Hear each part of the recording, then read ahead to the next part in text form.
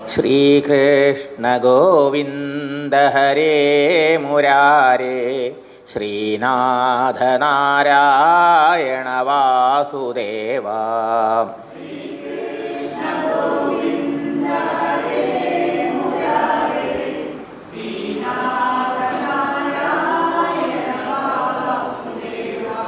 ശ്രീനാഥ നാരായണ വാസുദേവ.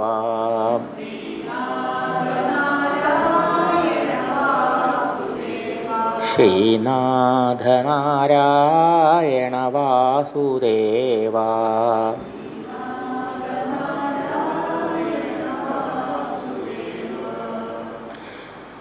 ഓം സച്ചിദാനന്ദരൂപായ വിശ്വോൽപത്യാദിഹേതവേ താപത്രയ വിനാശായ ശ്രീകൃഷ്ണായ വയം നുമഃ. മൂകം കരോതി വാചാലം പങ്കും ലംഘയതേ ഗിരിം യത്കൃപാതമഹം വന്ദേ പരമാനന്ദമാധവം. ശ്രീമദ്ഭാഗവതാഖ്യോയം പ്രത്യക്ഷകൃഷ്ണ ഏവ ഹി സ്വീകൃതോऽസി മയാ നാഥ മുക്ത്യർത്ഥം ഭവസാഗരേ. മനോരഥോ മദീയോऽയം സഫലഃ സർവഥാ ത്വയാ നിർവിഘ്നേനൈവ കർത്തവ്യം ദാസോഹം തവ കേശവ. ശുഗരൂപപ്രബോധജ്ഞാം സർവശാസ്ത്രവിശാരദ ഏതത്കഥാപ്രകാശേന മദജ്ഞാനം വിനാശയ. വന്ദേ നന്ദൗ വ്രജസ്ത്രീണാം പാദരേണുമഭീഷ്ണശാം യാസാം ഹരികഥോർഗീതം പുനാദിഭുവനത്രയം. നാരായണം നമസ്കൃത്യ നരം ചൈവ നരോത്തമം ദേവീം സരസ്വതീം വ്യാസം തതോ ജയമുദീരയേത്. സമസ്തജനകല്യാണേ നിരതം കരുണാമയം നമാമി ചിന്മയം ദേവം സദ്ഗുരും ബ്രഹ്മവിദ്വരം. ദേഹേന്ദ്രിയമനോബുദ്ധിപ്രേരകം സർവസാക്ഷിണം ശ്രീപതിം കരുണാസിന്ധും ശ്രീകൃഷ്ണം ഭാവയേ സദാ. ശ്രീകൃഷ്ണശരണം സമസ്തജഗതാം കൃഷ്ണം വിനാ കാഗതി കൃഷ്ണേന പ്രതിഹന്യതേ കലിമലം കൃഷ്ണായ തുഭ്യം നമാം. കൃഷ്ണാത് ത്രസ്യതി കാലഭീമഭുജഗം കൃഷ്ണസ്യ സർവം വശേ. കൃഷ്ണേ ഭക്തിരഖണ്ഡിതാ ഭവതു മേ ഭോ കൃഷ്ണ ത്വം ഏവാശ്രയാം.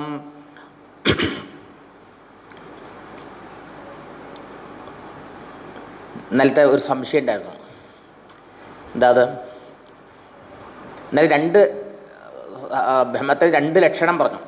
ഒന്ന് തടസ്ഥ ലക്ഷണം എന്നും ഒന്ന് സ്വരൂപ ലക്ഷണം എന്നും. അപ്പോൾ സ്വരൂപ ലക്ഷണം നാം കണ്ടു.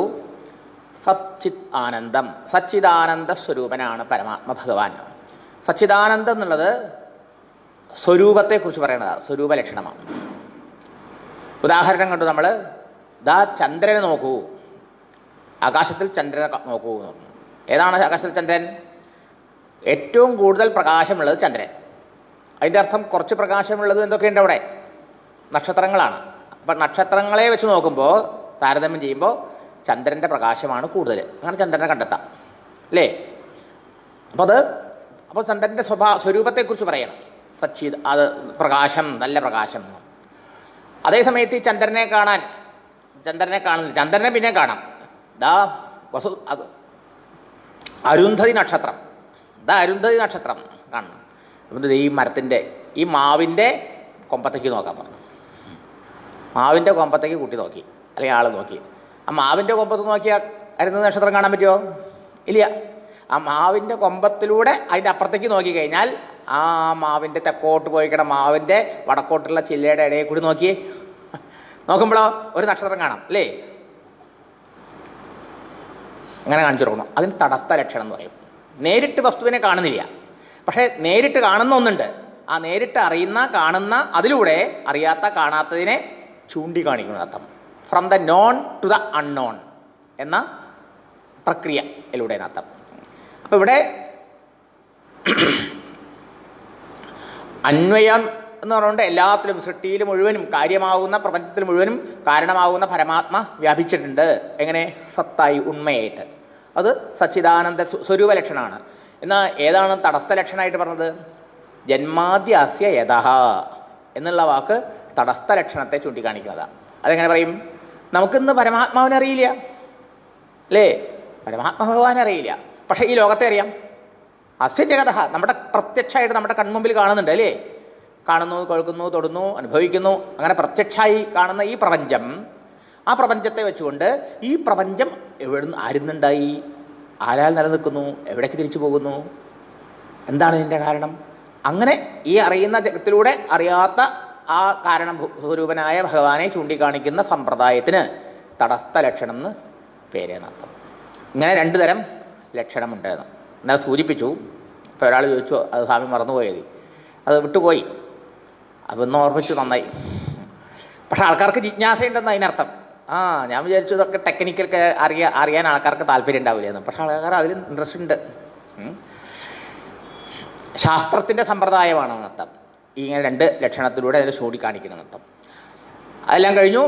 ശൗനകാദി മഹർഷിമാരൊക്കെ സ്വർഗായ ലോകായ സഹസ്രസമം ആസത, 1000 കാലം നിലനിൽക്കുന്ന സത്രം ആരംഭിച്ചു. ആ സത്രം വെറും സ്വർഗപ്രാപ്തിക്കുള്ള കർമ്മകാണ്ഡ സത്രമല്ല, പിന്നെയോ ഭഗവത് പ്രാപ്തിക്ക് വേണ്ടി ചെയ്യുന്ന ബ്രഹ്മസത്രമാകുന്നു.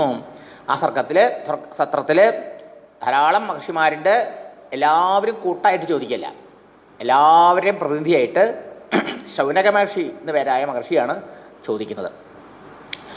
ആ ചോദ്യങ്ങൾ ബഹുരസമാണ്. ഈ ചോദ്യങ്ങളൊക്കെ എത്ര 1000 കൊല്ലം മുമ്പാണ് ചോദിച്ചതവർ? ചുരുങ്ങിയതൊരു 5000 കൊല്ലമായിട്ടാവും. പക്ഷേ ഇന്നും ഓരോരുത്തരുടെയും മനസ്സിലുള്ള ചോദ്യങ്ങളാണ്, ഇന്നും പ്രസക്തമാണ്. പലപ്പോഴും ആൾക്കാർ ചോദിക്കും, ഈ രാമായണം, ഈ ഭാഗവതം, ഇതൊക്കെ കാലഹരണപ്പെട്ടില്ലേ, ഔട്ട്ഡേറ്റഡ്, ഇന്നത്തെ മോഡേൺ ടൈമിൽ ഇതിൻ്റെ പ്രസക്തി എന്താ? ശരിയല്ലേ? ഭഗവത്ഗീതയുടെ പ്രസക്തി എന്താ? എല്ലാം ചോദിക്കുമ്പോൾ ആൾക്കാർ പ്രസക്തി എന്താ, ഇന്ന് ഇതെങ്ങനെ നമ്മുടെ ഡേ ടു ഡേ ലൈഫുമായി ബന്ധപ്പെടുന്നു എന്നാണ്. ആക്ച്വലി ചോദ്യത്തെ നല്ലോണം അടുത്ത് മനസ്സിലാക്കുമ്പോൾ നമുക്ക് മനസ്സിലാവും, എല്ലാ കാലത്തുമുള്ള എല്ലാ ആളുകളുടെയും മനസ്സിലുള്ള ചോദ്യമാണ് നൃത്തം. സാർവജനീനമാണ്, സാർവകാലീനമാണ് ഇതിൽ പ്രതിപാദിക്കുന്ന ചോദ്യങ്ങളും അതിൻ്റെ ഉത്തരങ്ങളും. അപ്പോൾ ചോദിച്ചു, എന്താ ചോദിച്ചത്? മഹർഷേ, ത്വയാ ഖലു പുരാണാനി സേതിഹാസാനി ജാനഘ ആഖ്യാതാനി അപി അധീതാനി ധർമ്മശാസ്ത്രാണി യാന്യുതാം. വേദവ്യാസ മഹർഷിയുടെ പ്രിയ ശിഷ്യനാണ് ഉഗ്രശ്രവസ്. അദ്ദേഹത്തിൻ്റെ അച്ഛൻ ലോമഹർഷണൻ. ആ ഉഗ്രശ്രവസിനോട് പറയുകയാണ്, അദ്ദേഹം എല്ലാ ശാസ്ത്രങ്ങളും പഠിച്ചിട്ടുള്ള ആളാണ്. ധർമ്മശാസ്ത്രങ്ങൾ, പുരാണങ്ങൾ, ഇതിഹാസങ്ങൾ എല്ലാവരും പഠിച്ചിട്ടുള്ള ആളാണ്. പഠിക്കുക മാത്രമാണോ ചെയ്തത്? അല്ല, അതീതാനി പഠിച്ചത് മറ്റുള്ളവർക്ക് പഠിപ്പിക്കുകയും ചെയ്യേണ്ട. ആഖ്യാതാനി അനേകം ആളുകളെ പഠിപ്പിച്ചിട്ടുമുണ്ടെന്നർത്ഥം. അപ്പം എന്താർത്ഥം? ഒരാൾ ശാസ്ത്രത്തെ വേണ്ട പോലെ പഠിച്ച് അതിനെ ഉൾക്കൊണ്ട് സ്വാംശീകരിച്ച് അത് മറ്റുള്ള ആൾക്കാർക്ക് പറഞ്ഞു കൊടുത്തിട്ടുണ്ട് എങ്കിൽ അങ്ങനെയുള്ള ഒരാളെ കിട്ടിയാൽ നമുക്ക് അദ്ദേഹത്തിൽ നിന്ന് ശാസ്ത്രാർത്ഥം ഗ്രഹിക്കാൻ എളുപ്പമാണ് എന്നർത്ഥം. അതുകൊണ്ട് യാനി വേദവിദാം ശ്രേഷ്ഠോ ഭഗവാൻ ബാദരായണ അന്യേജമുനയ സൂത പരാവരവിദോ വിദുഹു. ഇനി ഇത് മാത്രമല്ല, ബാദരായണം എന്താലോ, ബാദരായണം എന്നുള്ള വേദവ്യാസ മഹർഷിയുടെ ഒരു പേരാണ്. ബദരീ മരങ്ങൾ നിറഞ്ഞു നിന്ന ആ സ്ഥലത്ത് അദ്ദേഹം പിറന്നതുകൊണ്ടും അവിടെ തപസ് ചെയ്തുകൊണ്ടൊക്കെ, ബദരിയിൽ തപസ് ചെയ്തുകൊണ്ടൊക്കെ ബാദരായണൻ എന്ന് വേദവ്യാസ മഹർഷി പറയണം. വേദവ്യാസ മഹർഷിക്ക് എന്തൊക്കെ അറിയാമോ? വേദവ്യാസ മഹർഷിക്ക് മാത്രമല്ല, അന്ന് ജീവിച്ചിരിക്കുന്ന ആ സന്ത മഹാത്മാക്കളും വിദ്വാൻമാരും പണ്ഡിതന്മാരും അവർക്കൊക്കെ ആധ്യാത്മികമായി എന്തെല്ലാം വിഷയങ്ങളെക്കുറിച്ച് അറിവുണ്ടോ അതെല്ലാം അങ്ങേക്കറിയാം. അവരവിദോ വിദു. ഇതൊരു ശ്രദ്ധിക്കേണ്ട വിഷയമാണ്. പരവും അപരവുമായ സത്യത്തെ അറിഞ്ഞവരാ. പരബ്രഹ്മം അപരബ്രഹ്മം എന്ന് പറയും, ഉപനിഷത്തിലും പറയും. എന്നുവെച്ചാലോ, സഗുണ ബ്രഹ്മത്തെയും സഗുണേശ്വരനെയും നിർഗുണ ഈശ്വരനെയും. ഈശ്വരൻ്റെ 2 ആസ്പെക്റ്റിനർത്ഥം. ഒന്ന്, സഗുണസാകാരമായിരിക്കുന്ന ഭഗവാൻ. അതേതാണ്? ശാസ്ത്രദൃഷ്ടിയ സഗുണസാകാരനായിരിക്കുന്ന ഭഗവാൻ ഈ വിരാട് പുരുഷനാണ്, ലോകാകാരേണ ഇരിക്കുന്ന ഭഗവാൻ. പിന്നെ ഭഗവാന്റെ സഗുണസാകാരമായ വേറൊരു രൂപേത നമ്മെ അനുഗ്രഹിക്കാൻ വേണ്ടി ഭഗവാൻ സ്വീകരിക്കുന്ന അവതാര രൂപങ്ങൾ, ശ്രീകൃഷ്ണ ശ്രീരാമാദി അവതാര രൂപങ്ങൾ. നിർഗുണം എന്ന് പറഞ്ഞാലോ കാലദേശങ്ങൾക്ക് അതീതമായി എല്ലാ പ്രപഞ്ചത്തിലെ എല്ലാ വസ്തുക്കൾക്കും ആധാരമായി എല്ലാ ജീവജാലങ്ങളിലും ചൈതന്യസ്വരൂപമായി ബോധസ്വരൂപമായി കുടികൊള്ളുന്നത്. അപ്പോൾ നിർഗുണവും സഗുണവും നിരാകാരവും സാകാരവും ആയ ആ ഭഗവത് സ്വരൂപത്തെ അറിഞ്ഞവനാണ്. ഇതിനെ അങ്ങനെ പറഞ്ഞത് ഒന്ന് മാത്രം അറിഞ്ഞ ആ അറിവ് അപൂർണ. മനസ്സിലായില്ലേ? നാമരൂപങ്ങളോടുകൂടി ഈ പ്രപഞ്ചത്തെക്കുറിച്ച് മാത്രമേ അറിയുള്ളൂ, പോരാ. അല്ലെങ്കിൽ അവതാര രൂപമായ ഭഗവാനെ മാത്രമേ അറിയുള്ളൂ, പോരാ. ഇനി നിർഗുണ നിരാകാരം മാത്രമേ അംഗീകരിക്കുന്നുള്ളൂ, അത് അറിയുള്ളൂ, പോരാ. രണ്ടും അറിയണം. എന്താ കാരണം? ഈ രണ്ടും രണ്ടല്ല, രണ്ടും ഒരാളാ. അറിഞ്ഞില്ലേ? അഹമേവ ആസമേവ ആഗ്രേ ന അന്യത്. ഭഗവാൻ പറഞ്ഞു, ഞാൻ മാത്രമേ ഉണ്ടായുള്ളൂ സൃഷ്ടിക്ക് മുമ്പ്, എന്നിൽ നിന്ന് അന്യമായിട്ട് ഒന്നും ഉണ്ടായിട്ടില്ല. പശ്ചാത്തഹം, പിന്നീട് ഇപ്പോൾ ഈ പ്രപഞ്ചം ആയിട്ട് കാണുന്നത് ആരെയാ? പ്രപഞ്ചം ഉണ്ടായപ്പോൾ വേറെ പുതിയതെന്തെങ്കിലും ഉണ്ടായോ? മുമ്പ് ഞാൻ മാത്രമേ ഉണ്ടായുള്ളൂ. പശ്ചാത്തഹം, സൃഷ്ടിക്ക് മുമ്പ് ഞാൻ മാത്രമേ ഉള്ളൂ, സൃഷ്ടിക്ക് ശേഷമോ അഹമേവ ആസം. അഹമേവ ആസം. ഇപ്പോഴോ അഹമേവ അസ്തി, ഇപ്പോഴും ഞാൻ തന്നെയുള്ളൂ. ഇനിയോ ഭാവിയിൽ ഈ പ്രപഞ്ചം ഇല്ലാണ്ടായാലോ യോ അവശിഷ്യേത സോസ്മ്യഹം, അവശേഷിക്കുന്നതാരാ? ഞാൻ തന്നെ. എന്ന് പറഞ്ഞാൽ എന്താ അർത്ഥം? പ്രപഞ്ചരൂപത്തിലിരിക്കുന്നതും പ്രപഞ്ചരഹിതനായിരിക്കുന്നതും ഒരേ പരമാത്മ ഭഗവാനർത്ഥം. അപ്പോൾ ഭഗവാന് പ്രപഞ്ചം ഇല്ലാണ്ടും ഇരിക്കാൻ പറ്റും, പ്രപഞ്ചത്തോടു കൂടി ഇരിക്കാൻ പറ്റും. മനസ്സിലായോ? അപ്പോൾ ഈ രണ്ട് ആസ്പെക്റ്റും അറിയണം എന്നർത്ഥം. അപ്പോൾ തിരമാലയെ മാത്രം അറിഞ്ഞു എന്ന് വെച്ചാൽ സമുദ്രത്തെക്കുറിച്ചുള്ള പൂർണ്ണ അറിവായിട്ടില്ല. ഇല്ല, ആ ഓരോ തിരമാലകളും സമുദ്രജലമാണ് എന്നറിയണം, വേണ്ടേ? അപ്പോഴാണ് അറിവ് പൂർണ്ണമാകുന്നർത്ഥം. ഈ കാണപ്പെടുന്ന നാമരൂപ പദാർത്ഥങ്ങളെക്കുറിച്ചൊക്കെ അറിഞ്ഞു പോരാ. ഈ വൈവിധ്യമായ അനേക നാമരൂപങ്ങളായി പ്രകടമാവുന്നത് ഒരേ ഒരു പരമാത്മാവാണ്, അവിടുത്തെ തന്നെ സ്ഥൂല രൂപമാണ് ഇത് എന്ന് അറിയാൻ സാധിക്കണം. എന്നാൽ അതേ സമയത്തോ അവിടുന്ന് ഈ നാമരൂപങ്ങളൊക്കെ നശിക്കുമ്പോഴും ഈ പ്രപഞ്ചം നശിക്കുമ്പോഴും നാശമടയാതെ ഇതിനതീതനായി സ്വന്തം മഹിമാവിൽ വിരാജിക്കുന്നു. ഇങ്ങനെയുള്ള രണ്ട് ആസ്പെക്റ്റ് പറയണം. അപ്പോൾ നമ്മൾ പ്രാക്ടിക്കലായിട്ട് പറയാം, എല്ലാം നമ്മൾ പ്രാക്ടിക്കലാക്കി കൊണ്ടുവരണം. ഇപ്പോൾ ഈ പരാവര വിധം എന്നുള്ളതിന് പ്രാക്ടിക്കലായിട്ട് നമ്മൾ ചിന്തിച്ചാൽ എന്താ? കണ്ണ് തുറന്നാൽ കാണുന്നത് സ്ഥൂല പ്രപഞ്ചം, അതേതാ? ഭഗവാന്റെ സഗുണരൂപം. കണ്ണടച്ചാലുള്ളതോ ദൃക് സ്വരൂപമായി നമ്മുടെ സങ്കല്പങ്ങളെയും ചിന്തകളെയും ഒക്കെ പ്രകാശിപ്പിച്ചുകൊണ്ട് സാക്ഷിയായി ഇരിക്കുന്നതാരാ? ഭഗവാന്റെ നിർഗുണ സ്വരൂപം, നിരാകാര സ്വരൂപം. നമ്മിൽ തന്നെ നമുക്ക് ഓരോരുത്തരുടെ ജീവിതത്തിൽ അനുഭവിക്കാതെ, ശരിയല്ലേ? കണ്ണ് തുറന്നാൽ കാണുന്നത് സഗുണം സാകാരം, കണ്ണടച്ചാലോ നിർഗുണ നിരാകാരം. ശരിയല്ലേ? രണ്ടും അറിയണം. അപ്പം ഇതെല്ലാം അറിഞ്ഞവനാണ് അങ്ങ്. വേദ്ധത്വം സൗമ്യ തത്സർവം തത്വതഃ തദനുഗ്രഹാത് ഭ്രൂയുസ്നിഗ്ധസ്യ ശിഷ്യസ്യ ഗുരവോ ഗുഹ്യമപ്യുത. അപ്പോൾ ഈ മഹാത്മാക്കളുടെയും അതുപോലെ വേദവ്യാസ മഹർഷിയുടെ അനുഗ്രഹം കൊണ്ട് അങ്ങയ്ക്ക് അറിയേണ്ടതെല്ലാം അറിയാൻ സാധിച്ചിട്ടുണ്ട്. അങ്ങയ്ക്ക് അറിയാത്തതായിട്ട് ഒന്നുമില്ല.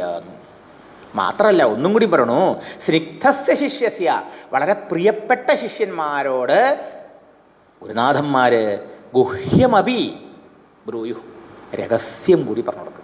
എല്ലാവരോടൊന്നും എല്ലാം പറഞ്ഞു കൊടുക്കില്ല, പറഞ്ഞു കൊടുക്കേണ്ട ആവശ്യമില്ല എന്ന് അതിന് മനസ്സിലാക്കാം അല്ലേ? ഓരോരുത്തർ ചോദിക്കുമ്പോൾ ഗുരുവിന് മനസ്സിലാവും, ചോദ്യത്തിന് മനസ്സിലാവും എത്രത്തോളം ഉണ്ട് ആഴത്തിൽ അറിയാനുള്ള ആഗ്രഹം എന്ന്. അവന് ജസ്റ്റ് ഒരു ജിജ്ഞാസയുള്ളൂ വെച്ചാലോ ഒരു ഇൻക്വിസിറ്റീവ്നെസ്, അതിനനുസരിച്ചുള്ള മറുപടി പറഞ്ഞു കൊടുക്കും. മനസ്സിലായോ? ആഴത്തിൽ അവന് ജിജ്ഞാസ ഉണ്ടെങ്കിലോ ആഴത്തിലുള്ള കാര്യങ്ങൾ പറഞ്ഞു കൊടുക്കും. രഹസ്യം, ആത്മതത്വത്തെക്കുറിച്ച്, രഹസ്യമായ ആത്മരഹസ്യങ്ങളെക്കുറിച്ച് ആ പ്രിയപ്പെട്ട ശിഷ്യന് തന്നിൽ പരിപൂർണമായ സമർപ്പണം ചെയ്തായ ഉത്തമ ശിഷ്യന്മാർക്ക് ഗുരുനാഥന്മാർ ബോധിപ്പിച്ചു കൊടുക്കും. അതിൻ്റെ അർത്ഥം എന്താ? അങ്ങ് ഈ വേദവ്യാസ മഹർഷിക്ക് അങ്ങനെ പ്രിയങ്കരനായൊരു ശിഷ്യനാണെന്ന് അല്ലേ? അതുകൊണ്ട് അങ്ങയോട് ആ രഹസ്യങ്ങൾ പോലും, പ്രപഞ്ച രഹസ്യം, സൃഷ്ടി രഹസ്യം, ഭഗവത് രഹസ്യം ഒക്കെ പറഞ്ഞു തന്നിട്ടുണ്ടാവും. എന്തിനാ പറയണത്? നമ്മുടെ ഗുരുനാഥനിൽ നമുക്ക് ഇതുമാതിരിയുള്ള ശ്രദ്ധ വേണം, ഫെയ്ത്ത് വേണം എന്ന് പഠിപ്പിക്കാനാണ്. എന്തിനാ പോയി മഹർഷിമാർ ഇദ്ദേഹം എങ്ങനെ പൊഴുത്തി പറയണേ? സോപ്പിടലില്ല. ഗുരുവിൽ നമുക്കുണ്ടാവേണ്ട ശ്രദ്ധ. ആദ്യ ദിവസം പറഞ്ഞില്ലേ, ഗോകർണൻ്റെ സപ്താഹത്തിൽ ഉദ്ദുകാരി മാത്രം മുക്തനായി വിമാനം വന്ന് വൈകുണ്ഠത്തിലേക്ക് പോയി. എന്താ മറ്റുള്ളവർക്ക് വരുന്നത്? എല്ലാവരും ഇദ്ദേഹത്തിൻ്റെ പോലുള്ള ശ്രദ്ധ അവർക്കുണ്ടായില്ല അല്ലേ? ഗുരുവാക്യത്തിലും ശാസ്ത്രത്തിലും എത്ര ശ്രദ്ധ ഉണ്ടാവണം നമുക്ക്. പ്രകാരമുള്ള ശ്രദ്ധയുണ്ടോ അതുമാതിരിയുള്ള ഫലം ഉണ്ടാവുമെന്നാണ്. ശാസ്ത്രസ്യ ഗുരുവാക്യസ്യ സത്യബുദ്ധ്യ അവധാരണ സാ ശ്രദ്ധ എന്നാണ് ശ്രദ്ധയുടെ നിർവചനം. എന്താണ് ശ്രദ്ധ? ഭാഗവതം പറയണു ശ്രീകൃഷ്ണ ഭഗവാന്റെ പ്രത്യക്ഷ രൂപമാണ് ഭാഗവതം. വേദവ്യാസ മഹർഷി പറയണു, ശീശുക ബ്രഹ്മർഷി അത് പറഞ്ഞു നടക്കണത് അല്ലേ? അങ്ങനെയുള്ള അനുഭവസ്ഥന്മാരുടെ വാക്കുകളാണ് ഈ ഭാഗവതം. ആ ഗുരുനാഥന്മാരുടെ വാക്കിലും ആ ശാസ്ത്രവാക്കിലും നമുക്ക് പൂർണ്ണ ശ്രദ്ധയുണ്ടാകണം. എന്നാലേ നമുക്ക് ആ ഉപദേശം ഫലപ്രദമാകും. അതിനു വേണ്ടിയിട്ടാണ്. അപ്പോൾ ഈ ഗുരുനാഥൻ ഇത്ര കണ്ട് ശ്രദ്ധ ഈ ശിഷ്യന്മാർക്കുണ്ടായി. എന്നിട്ട് പറയണു, ഇങ്ങനെയൊക്കെയുള്ള ആളാണ് അങ്ങ് എന്നുള്ളത് കൊണ്ട് ഞങ്ങൾക്ക് അങ്ങോട്ടൊരു ചോദ്യമുണ്ട്. എന്താ ചോദ്യം? അങ്ങ് ഈ പഠിച്ച പഠിത്തത്തിൽ നിന്നും അങ്ങയുടെ സ്വാനുഭവത്തിൽ നിന്നും അങ്ങക്ക് ബോധ്യമായി ഉണ്ടാവില്ല ചില കാര്യങ്ങളൊക്കെ. അത് വെച്ചിട്ട് ഞങ്ങളുടെ ഈ സംശയം തീർത്തരു. എന്താ അറിയേണ്ടത്? പുംസാം ഏകാന്തത ശ്രേയ തന്നെ ശംസിതുമർഹസി. മനുഷ്യന് ആത്യന്തിക ശ്രേയ, പുംസാം ഏകാന്ത ശ്രേയം, പരമമായ ശ്രേയസ് എന്തുകൊണ്ടുണ്ടാകും എന്നാണ് അങ്ങ് ഈ ശാസ്ത്രമൊക്കെ പഠിച്ചിട്ട് മനസ്സിലാക്കിയത്. അത് ഞങ്ങൾക്ക് പറഞ്ഞു തരും. അപ്പം ഞങ്ങൾക്കറിയേണ്ടത് അങ്ങ് ഇതൊക്കെ പഠിച്ചിട്ടുണ്ടാവില്ല എന്നല്ല, പക്ഷേ ഞങ്ങൾക്ക് ഇതൊക്കെ അറിയണോ? എല്ലാ ശാസ്ത്രവും പഠിക്കണം. എന്തിനാ? ഇൻ ഷോർട്ട്, ശാസ്ത്രം പഠിക്കണതിൻ്റെ ഉദ്ദേശം എന്താ? നമുക്ക് പരമ നന്മ എന്താണെന്നറിയാനാ, നമുക്ക് ശ്രേയസ് ഉണ്ടാവാനാ, അല്ലേ? അപ്പം ആത്യന്തികമായ ശ്രേയസ്, ഏകാന്തത ശ്രേയ പുംസാം മനുഷ്യന് എന്തുകൊണ്ടുണ്ടായിത്തീരും എന്നാണ് ചോദ്യം. അപ്പം എന്താ അവിടെ? ഒന്ന് ശ്രദ്ധിക്കാം. ഒന്ന് ശ്രേയസ്സാണെങ്കിൽ ഒന്ന് പ്രേയസാണ്. ശാസ്ത്രങ്ങൾ രണ്ട് കാര്യത്തെക്കുറിച്ച് പറയുന്നുണ്ട്. ശ്രേയസിനെയും പറയുന്നുണ്ട്, പ്രേയസിനെയും പറയുന്നുണ്ട് എന്നർത്ഥം. ഒന്ന് നമുക്ക് ഇഷ്ടമുള്ളത്, പ്ലസൻ്റ് എന്നാണ് എന്നറിയാം ഗുരുദേവൻ, ദ പാത്ത് ഓഫ് പ്ലസൻറ്റ്. മറ്റൊന്ന് പാത്ത് ഓഫ് ഗുഡ്, നന്മ. അപ്പോൾ നമുക്ക് ഇഷ്ടമുള്ളത്, പ്രിയങ്കരമായിട്ടുള്ളത്, അതിന് പേര് പ്രേയോമാർഗം എന്നാണ്, പ്രേയസ് എന്നാണ്. എന്നാൽ നമുക്ക് ഇഷ്ടമുള്ളത്, നമുക്ക് പ്രിയങ്കരമായത് നമുക്ക് ആവശ്യമുള്ളതാവണമെന്നില്ല, നമുക്ക് ഗുണം ചെയ്യണമെന്നില്ല, നമുക്ക് നന്മയുള്ളതാവണമെന്നില്ല. ഉദാഹരണം, ഒരാൾക്ക് സ്വീറ്റ്സ് വളരെ ഇഷ്ടമാണ്, പ്രിയങ്കരമാണ്, കണ്ടാൽ നിയന്ത്രിക്കാൻ പറ്റില്ല. പക്ഷേ അയാൾക്ക് ഡയബറ്റിക് 500, ഭയങ്കര ഡയബറ്റിക് പേഷ്യൻ്റാണ്. അപ്പോൾ അയാൾക്ക് സ്വീറ്റിനോട് സ്വാഭാവികമായിട്ട് പ്രിയം ഉണ്ടാവും. പക്ഷേ അത് അയാൾക്ക് പ്രേയസ്കരമാണ്, പ്രേയസാണ്. പക്ഷേ അയാൾക്ക് ഹിതമാണോ? അയാൾക്ക് നന്മയുള്ള ചെയ്യുന്നതാണോ? അല്ല. പ്രേയസ് പ്രിയങ്കരമാണ്, പക്ഷേ ശ്രേയസ് നന്മ ചെയ്യുന്നതാണർത്ഥം, ഹിതകരമാണെന്നർത്ഥം. ഒന്ന് പ്രിയമാണെങ്കിൽ ഒന്ന് ഹിതമാണെന്നർത്ഥം. അപ്പോൾ പലപ്പോഴും നമ്മുടെ ജീവിതത്തിൽ നമ്മൾ ഹിതം അല്ല നോക്കാറ്, പ്രിയം ആണ് നോക്കാറ്, അല്ലേ? ഇവിടെ ചോദ്യം എന്താ? പുംസാം ഏകാന്തത ശ്രേയ തന്നെ ശംസിതുമർഹതി. മനുഷ്യരാശിക്ക് എന്തുകൊണ്ടാണ് ആത്യന്തികമായ നന്മയുണ്ടാവുക എന്നർത്ഥം. ഇനി നന്മ തന്നെയുണ്ട്, താൽക്കാലികമായിട്ടുള്ള നന്മ, അല്ലേ? Immediate good. പിന്നെയോ ലോങ് ടൈമിൽ നമുക്ക് നന്മ ചെയ്യുന്നത്, ശരിയല്ലേ? ചിലതൊക്കെ നമുക്ക് പെട്ടെന്ന് നമുക്ക് ലാഭകരമാണ്, നല്ലതാണ്. പക്ഷേ കുറേ ലോങ് ടൈമിലോ അത് കുറേ കഴിയുന്ന സമയത്ത് നമുക്ക് ആരോഗ്യത്തിന് ഹാനികരം, അല്ലേ? നമ്മുടെ പല ഹാബിറ്റ്സുകളും. പക്ഷേ ആത്യന്തികമായി എന്നേക്കും നമുക്ക് ആരോഗ്യത്തെ തരുന്നതാണ് ആത്യന്തികമായ നന്മ, ശരിയല്ലേ? അതെ. അപ്പോൾ ഇവിടുത്തെ ചോദ്യം എന്താണ് ആത്യന്തികമായ നന്മ? What is absolute good for mankind? ഇനി ചിന്തിക്കൂ നിങ്ങൾ, അതായത് കണ്ണടച്ച് വിഴുങ്ങരുത്. ഈ ചോദ്യത്തിന് 5000 കൊല്ലം മുമ്പ് ചോദിച്ച ഈ ചോദ്യത്തിന് 5000 കൊല്ലം കഴിഞ്ഞിട്ട് ഇന്ന് പ്രസക്തിയുണ്ടോ? ഇന്ന് പ്രസക്തിയുണ്ടോ? നമ്മളൊക്കെ നമുക്ക് ആത്യന്തികമായ നന്മയാണ് അറിയില്ലെങ്കിലും അറിഞ്ഞാലും അറിഞ്ഞും അറിയാണ്ടും തിരയണത്, ശരിയല്ലേ? നമ്മൾ പ്രിയങ്കരമായ വസ്തുക്കളെ പുറകെയാണ് പോണതെങ്കിലും നമ്മൾ ആത്യന്തികമായി അന്വേഷിക്കുന്നത് നമുക്ക് ഹിതമാണ്, നമുക്ക് ആത്യന്തികമായ നന്മ, ആത്യന്തികമായ ശ്രേയസ്, ആത്യന്തികമായ സുഖം, ആത്യന്തികമായ ശാന്തി, ആത്യന്തികമായ സ്വസ്ഥത, ആത്യന്തികമായ സമാധാനം എന്തുകൊണ്ട് കിട്ടുന്ന തന്നെയല്ലേ? ചിന്തിച്ചു നോക്കൂ. ഇനി ജനറേഷൻ ടു കം, ഇനി വരാൻ പോകുന്ന തലമുറകളും അന്വേഷിക്കുന്നത് തന്നെയല്ലേ? വേറെ എന്തെങ്കിലും അന്വേഷിക്കേണ്ടോ? കാരണം മനുഷ്യൻ എന്ത് കിട്ടിയാലും ആ ആത്മസംതൃപ്തി, കൃതാർത്ഥത, ജീവിതധന്യത അതില്ലെങ്കിൽ പിന്നെ എന്താ കാര്യം? വളരെ ചിന്തിക്കേണ്ട വിഷയമല്ലേ? അതെ. അപ്പോൾ സർവ്വശാസ്ത്രങ്ങളിലും എന്താ പറഞ്ഞേക്കണേന്ന് ഇപ്പം മനസ്സിലായില്ലേ? മനുഷ്യന് ആത്യന്തികമായ ശ്രേയസ് എന്ത്, നന്മയെന്ത്, അതെങ്ങനെ നേടാൻ സാധിക്കും എന്നാണ് എല്ലാ ആധ്യാത്മിക ശാസ്ത്രങ്ങളുടെയും ചർച്ചാ വിഷയം. അതൊക്കെ മനസ്സിലാക്കിയിട്ടുള്ള ആളാണ് ഈ ഗുരുനാഥൻ എന്നാണ് സൂതനോട് മഹർഷിമാർ പറയണത്. അതുകൊണ്ട് അങ്ങയുടെ ശ്രവണത്തിൻ്റെയും മനനത്തിൻ്റെയും നിധിധ്യാസനത്തിൻ്റെയും ഒക്കെ ഫലമായിട്ട് മനുഷ്യരാശിക്ക് ആത്യന്തികമായി നന്മ എന്താണ്, എന്തുകൊണ്ടാണ് കിട്ടുക എന്ന് പറഞ്ഞു തരൂ. അപ്പോൾ ഈ ചോദ്യത്തിന് പ്രസക്തിയുണ്ട് അർത്ഥം. അപ്പം എന്തിനാ ഇങ്ങനെയുള്ള ഒരാളോട് ചോദിക്കുന്നത് എന്നാണെങ്കിൽ, നിങ്ങൾക്ക് പുസ്തകമൊക്കെ വായിച്ച് മനസ്സിലാക്കി കൂടെ എന്നാണെങ്കിൽ മനസ്സിലാക്കാം, വളരെ വിഷമമാണ്. ഇപ്പോൾ നോക്കൂ, നമുക്ക് പുസ്തകം വായിച്ചാൽ ഇപ്പോൾ ഇങ്ങനെ ഒരു മണിക്കൂർ നമ്മളിത് കേൾക്കണത് ഇത്രയും ഉൾക്കൊള്ളണമെങ്കിൽ നമുക്ക് എത്ര പ്രാവശ്യം വായിക്കണം? അതെ, നമ്മൾ നേരിട്ട് വായിച്ച എത്രയും നമുക്ക് ഒരു അണ്ടർസ്റ്റാൻഡിങ്, ഒരു ക്ലാരിറ്റി ഉണ്ടാവില്ല. ശരിയല്ലേ? അതെ, അതുകൊണ്ട് പറയണു, പ്രായേണ അല്പായുഷ സഭ്യ കലാവസ്മിൻ യുഗേ ജനാഹ മന്ദാഹ സുമന്ദമതയഃ മന്ദഭാഗ്യാഹ്യുപദ്രുതാഹ ഭൂരീണി ഭൂരി കർമാണി ശ്രോതവ്യാനി വിഭാഗശാം. എന്താ കാരണം എന്നാണെങ്കിൽ, ഈ കലികാലത്തിൽ പ്രത്യേകിച്ചും അസ്മിൻ കലൗ, ഈ കലികാലത്തിൽ യുഗത്തിൽ ജനങ്ങൾ പൊതുവെ മന്ദാഹ, എങ്ങനെയുള്ളവരാണ്? പൊതുവെ ജനങ്ങൾ ഉത്സാഹം കുറവാണ് ആൾക്കാർക്ക്. ഇതൊക്കെ പഠിക്കണം, ഭാഗവതം പഠിക്കണം, രാമായണം പഠിക്കണം. ഏതിന്? ബുദ്ധി ഉണ്ടാവും, ബുദ്ധി രാക്ഷസന്മാരായിരിക്കും മറ്റു ഭാര്യ കാര്യങ്ങൾ കേട്ടോ, ഏത് ലൗകിക കാര്യങ്ങൾക്കൊക്കെ. പക്ഷേ തൻ്റെ ആത്യന്തികമായ ശ്രേയസ്, നന്മ എന്താണ്, അത് എവിടെയാണ്, അതെങ്ങനെ കിട്ടും എന്ന് മനസ്സിലാക്കുന്ന കാര്യത്തിൽ ഈ സോക്കോൾഡ് സയൻറ്റിസ്റ്റുകളടക്കം, വലിയ വലിയ ബുദ്ധിമാന്മാരടക്കം അങ്ങനെയുള്ളവരാ, ബുദ്ധി കുറഞ്ഞവരാ. ശരിയല്ലേ? അതറിയണില്ല. ഈ ലോകത്തിലുള്ളതൊക്കെ സ്ഥാനം, മാനം, പണം, പ്രതാപം ഒക്കെ ഉണ്ടാക്കണം ആൾക്കാർ. പക്ഷേ ഇതുകൊണ്ട് തൻ്റെ ജീവിതത്തിന് ശാശ്വതമായ സുഖവും സമാധാനവും ഒന്നും കിട്ടണില്ലെങ്കിൽ അവർ അതിനുള്ള മാർഗ്ഗം അന്വേഷിക്കാത്തവരല്ലേ, മന്ദമതൈക്കളല്ലേ, ബുദ്ധി കുറഞ്ഞവരാണെന്നർത്ഥം. ഇനിയോ മന്ദഭാഗ്യാഹ, ഭാഗ്യം കുറഞ്ഞവരാ, ഭാഗ്യമില്ല.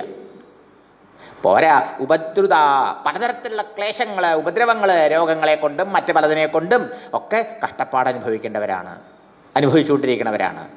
ഇതല്ലേ നമ്മൾ കാണുന്നത്? എന്തെല്ലാം കഷ്ടപ്പാടുകളാണ് ജീവിതത്തിൽ, എന്തെല്ലാം ബുദ്ധിമുട്ടുകളാണ്, എന്തെല്ലാം തടസ്സങ്ങളാണ്, എന്തെല്ലാം അല്ലേ?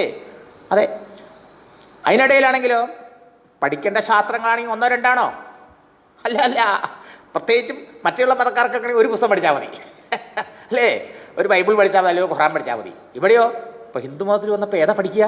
രാമായണം പഠിക്കണോ, ഭാഗവതം പഠിക്കണോ, ഭാഗവതം ഗീത പഠിക്കണോ, മഹാഭാരതം പഠിക്കണോ? അയ്യോ, തത്വബോധം മുതൽ ബ്രഹ്മസൂത്രം വരെ A to Z എത്ര പുസ്തകങ്ങളാലേ! ആൾക്കാരാകെ കൺഫ്യൂസ്ഡാണ്.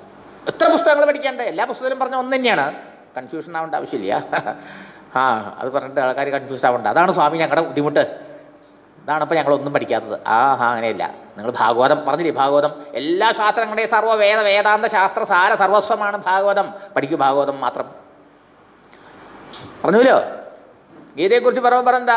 ഓ സർവോപനിഷതാം ഗാവഹ ദൊഗ്ധ ഗോപാലനന്ദന. അല്ലേ, ഗോപാലനന്ദനായ ശ്രീകൃഷ്ണൻ എന്ന കറവക്കാരൻ ആ ഉപനിഷത്തുക്കളാവുന്ന പശുവിനെ കറന്നെടുത്ത് വെച്ച നെറുമ്പാലാണ് ഗീത. ഭാഗവതം 18,000 ശ്ലോകമാണെങ്കിൽ ഗീത 700 ശ്ലോകമുള്ളൂ. മനസ്സിലായില്ലേ? അപ്പോൾ ഗീതയും ഭാഗവതം വ്യത്യാസമുണ്ടോ? ഇല്ലില്ല.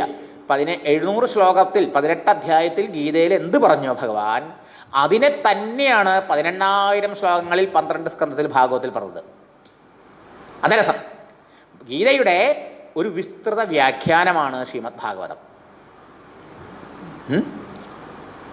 Audio visual demonstration. ഇപ്പം നമ്മൾക്ക് വീഡിയോ കാണാനാണ് കൂടുതൽ ഇഷ്ടം അല്ലേ? ഇപ്പോൾ ഒരു ടോക്ക് യൂട്യൂബിൽ വെറും ഓഡിയോ മാത്രം അല്ലെങ്കിൽ അത്ര ഇൻട്രസ്റ്റ് ഉണ്ടാവില്ല, ഉറങ്ങിപ്പോവും. ആളെയും കണ്ട് സംസാരിക്കാൻ കണ്ടിട്ടാണെങ്കിലോ കുറച്ചും കൂടി നമ്മൾ ഉറങ്ങാണ്ടിരിക്കും അല്ലേ? ശരിയല്ലേ? അതെ. അപ്പോൾ ഗീത തന്നെയാണ് ഭാഗവതം. എന്താ കാരണം? ഈ ഗീതയും ഭാഗവതവും പറഞ്ഞ ആ ആളാരാ? ഒരേ ശ്രീകൃഷ്ണനാ. ഭഗവാന്റെ പ്രത്യക്ഷ സ്വരൂപമാണ് ഭാഗവതം.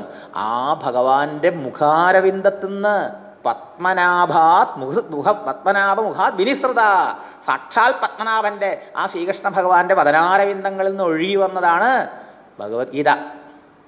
ഇനി വേറൊരു ഭാഷയിൽ പറഞ്ഞാലോ, ഭാഗവതം ഭഗവാന്റെ ജീവിതമാണ്, ഗീത ഭഗവാന്റെ സന്ദേശമാണെന്നർത്ഥം.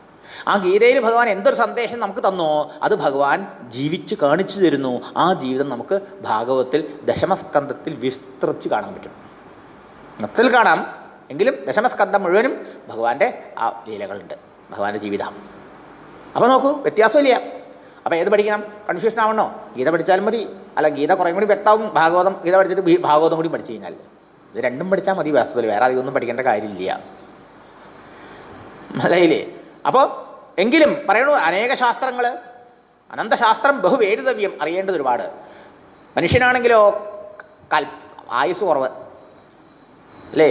അതിനിടയിലൊക്കെ ഉത്തരവാദിത്വങ്ങൾ, കർത്തവ്യങ്ങൾ എത്രയാ! അയ്യോ സ്വാമി, പ്രാരബ്ധത്തിൽ പെട്ടില്ലേ, നേരം വേണ്ട ഇതിനൊക്കെ എന്നല്ല എല്ലാവരും പറയാ. ശരിയല്ലേ? അതാണ് ഭൂരീണി ഭൂരികർമാണി.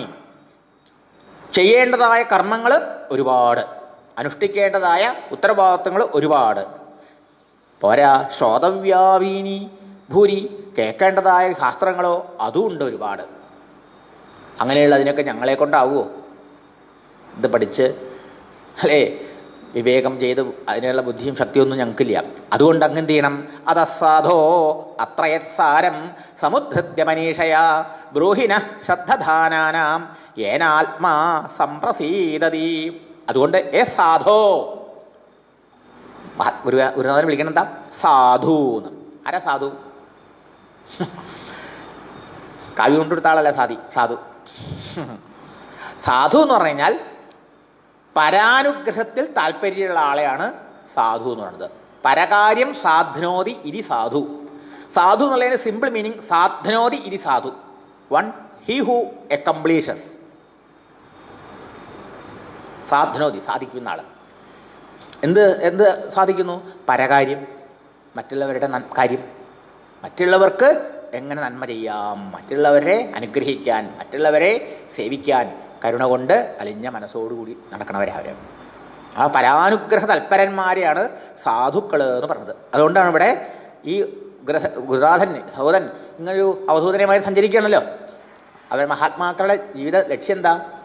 അജ്ഞാനം കൊണ്ട് കണ്ണ് കാണാ തപ്പിത്തടയുന്ന, അന്ധകാരത്തിൽ തപ്പിത്തടയുന്നവരെ ടോർച്ചടിച്ച് കാണിച്ച് അവരെ ശരിയായ വഴിയിൽ നടത്തി പറഞ്ഞ ലക്ഷ്യത്തിലെത്തിക്കുക അല്ലേ?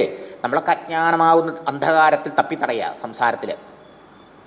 സംസാരം ഒരു കാടാന്നാണ് പറയുക, ഭവാടവി എന്നൊക്കെയാണ് പറയാം.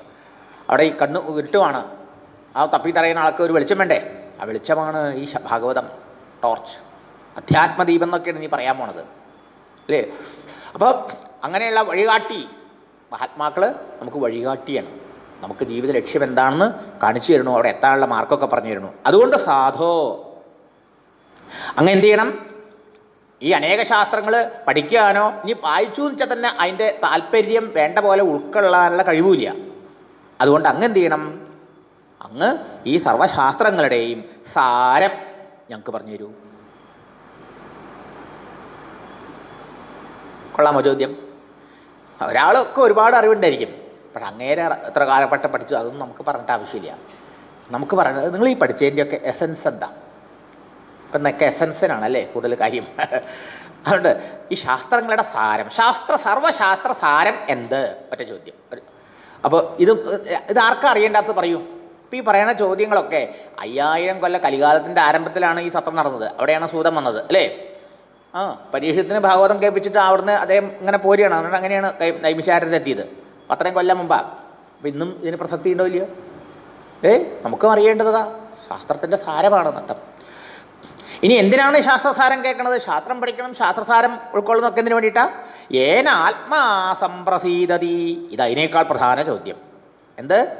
എന്തുകൊണ്ട് ആത്മസംതൃപ്തി ഉണ്ടാകും എന്നാണ് ഈ എല്ലാത്തിലും വെച്ച് മുഖ്യമായ ചോദ്യം.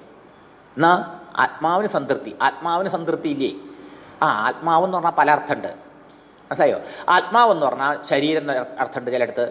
ആത്മാവെന്ന് ചിലപ്പം മനസ്സെന്നുള്ള അർത്ഥത്തിൽ പറയും. ചിലപ്പോൾ ആത്മാവെന്ന് പറഞ്ഞാൽ ശുദ്ധമായ ആ ആത്മതത്വ ചൈതന്യം, അതുപോലെ ചൈതന്യം ആ അർത്ഥത്തിൽ പറയും. ഇപ്പോൾ ജീവനെ ചിലപ്പോൾ പറയും. ഇവിടെ എന്തിനാണ് ഉദ്ദേശിച്ചത്? ഇവിടെ മനസ്സിനെയാണ്. എന്തുകൊണ്ടാണ് ഒരാൾക്ക് മനഃശാന്തി ലഭിക്കുക എന്നാണ്, മനസ്സമാധാനം ഉണ്ടാവുക എന്നാണ്, പരമശാന്തി കൈവരിക എന്നർത്ഥം.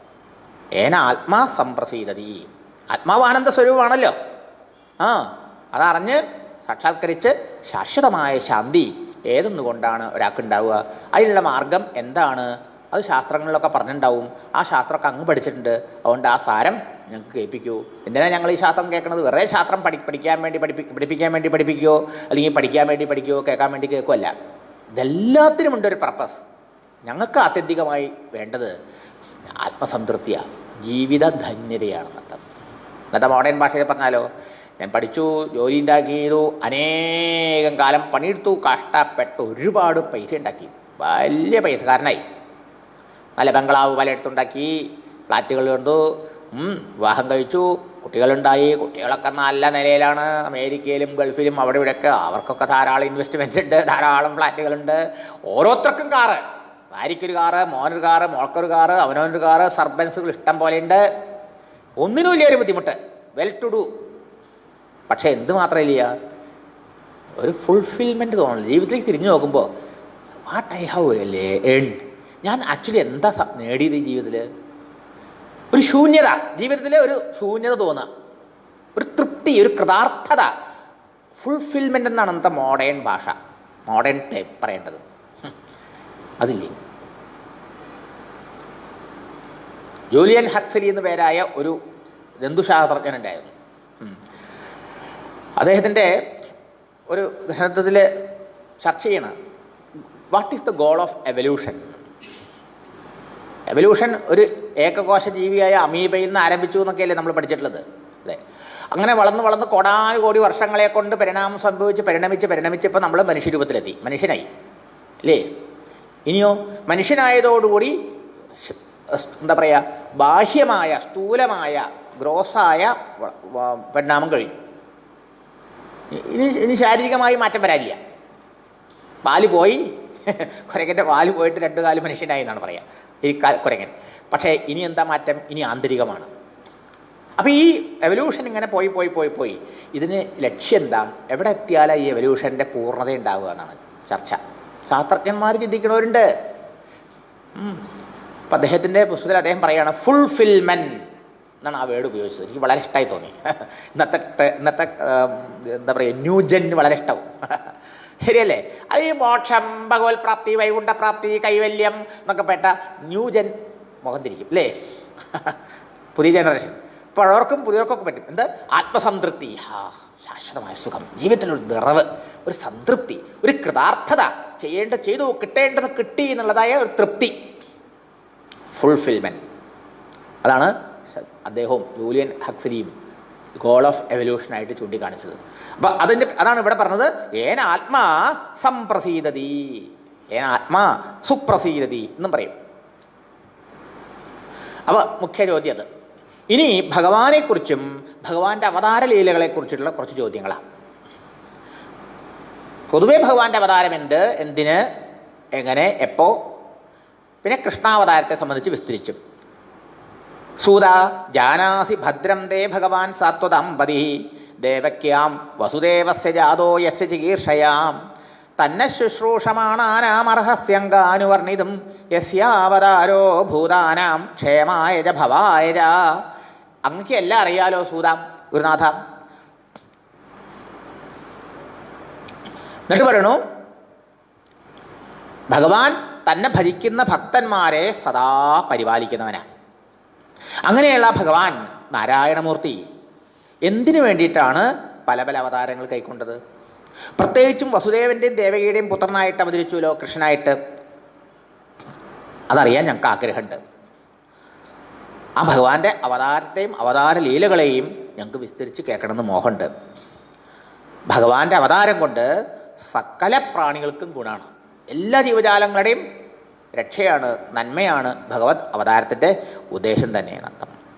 മാത്രമല്ല ആ ഭഗവാന്റെ പ്രഭാവം എത്രയാം പറഞ്ഞറിയിക്കാൻ കഴിയുക. ആപന്ന സംസൃതിം ഘോരാം എന്നാമ വിവശോ ഗൃഹൻ തതസദ്യോ വിമുച്യേത യത് ബിഭേദി സ്വയം ഭയം. പറയണു, ഈ സംസാരത്തിൽ പല സങ്കടങ്ങളിലും ദുഃഖങ്ങളിലും ഒക്കെ ടെൻഷനും വെറി, ഇന്നത്തെ മോഡേൺ ഭാഷ പറഞ്ഞാൽ അങ്ങനെ പറയണം. സംസാരത്തിൽ സുഖം ദുഃഖം ഒന്നും പറഞ്ഞിട്ട് കാര്യമില്ല. ഈ പല ടെൻഷനിലും വെറിയിലും കിടന്ന് കഷ്ടപ്പെടുന്ന ആളുകൾക്ക് സമാധാനത്തിലുള്ള മാർഗം എന്താ? ആ ഭഗവാന്റെ തിരുനാമത്തെ ഉച്ചരിച്ചാൽ മതി.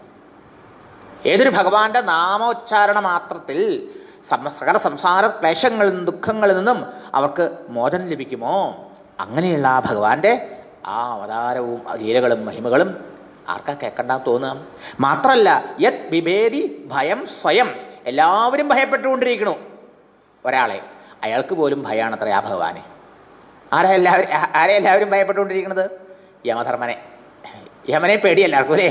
മരണത്തെ പേടിയാണ്, മരണത്തിൻ്റെ ദേവതയാണ്. പക്ഷെ ആ യമധർമ്മന് പോലും പേടിയാണ് ആരെ? സാക്ഷാൽ ഭഗവാനെ അല്ലേ? ഭഗവാന്റെ തിരുനാമം ജപിച്ചവനെ സ്പർശിക്കാൻ പോയിട്ടാണ് അജാമിളൻ്റെ അടുത്ത് പോയിട്ട് അവർക്ക് തിരിച്ചടി ഉണ്ടായത് അല്ലേ? അതുകൊണ്ട് പറഞ്ഞു, ഓ നാമോച്ചാരണ മാഹാത്മ്യം ഹരേ പശ്യത പുത്രകാഹ. ഉണ്ണികളെ, നിങ്ങൾ കണ്ടില്ലേ നാമത്തിൻ്റെ, ഭഗവൻ നാമത്തിൻ്റെ പ്രഭാവം, മഹിമ? ഇത്രയും മഹാപാപം ചെയ്ത അജാമിളോബി, അജാമിളൻ പോലും മൃത്യുപാശാതമുച്ചത, നിങ്ങളുടെ പിടിയിൽ രക്ഷപ്പെട്ടില്ലേ? കയറൊക്കെ കെട്ടിയിട്ട് കൊണ്ടുവരാൻ പുറപ്പെട്ടതല്ലേ? ആ കയറൊക്കെ അഴിച്ച് കൊണ്ടുവരേണ്ടിയെന്നില്ലേ? അതാണ്. അപ്പോൾ ഭഗവൻ നാമത്തെ സാക്ഷാൽ എല്ലാവരും ഭയപ്പെടുന്ന യമന് പോലും ഭയമാണെന്നർത്ഥം. അങ്ങനെയുള്ള ആ ഭഗവാന്റെ ആ അവതാര മഹിമകളെ, ലീലകളെ കേൾക്കണ്ടെന്ന് തോന്നുന്നു. അതുകൊണ്ട് അത് ഞങ്ങൾക്ക് കേൾക്കണമെന്ന് മോഹമുണ്ട്. വിസ്തരിച്ച് പറഞ്ഞു തരൂ. അതുമല്ല, യൽ പാദസംശ്രയാസൂത മുനയ പ്രശമായനാഹ സദ്യ പുനന്ത്യുപസ്പൃഷ്ടാ സ്വർദുന്യാപോനുസേവയാ. ആ ഭഗവാന്റെ പാദസംശ്രയാഹ, ഭഗവാന്റെ പാതാരവിന്ദങ്ങളെ സർവാത്മന ആശ്രയിച്ചിട്ടുള്ളവരാണ് ആര്? മഹാത്മാക്കൾ. എപ്പോഴും ഭഗവാന്റെ പാദങ്ങളെ ആശ്രയിച്ചുകൊണ്ട്, ഭഗവാനിൽ മനസ്സുറപ്പിച്ചുകൊണ്ട്, ഭഗവാന്റെ സ്മരണയിൽ തന്നെ ജീവിക്കുന്നവരാ. അങ്ങനെയുള്ള ഭക്തന്മാരോട് ചേർന്നാലോ, മഹാത്മാക്കളോട് ചേർന്ന് കഴിഞ്ഞാലോ വളരെ വേഗത്തിൽ നമ്മുടെ മനസ്സ് ശുദ്ധമായി തീരും. സത്യപുനന്തി എന്നാണ്.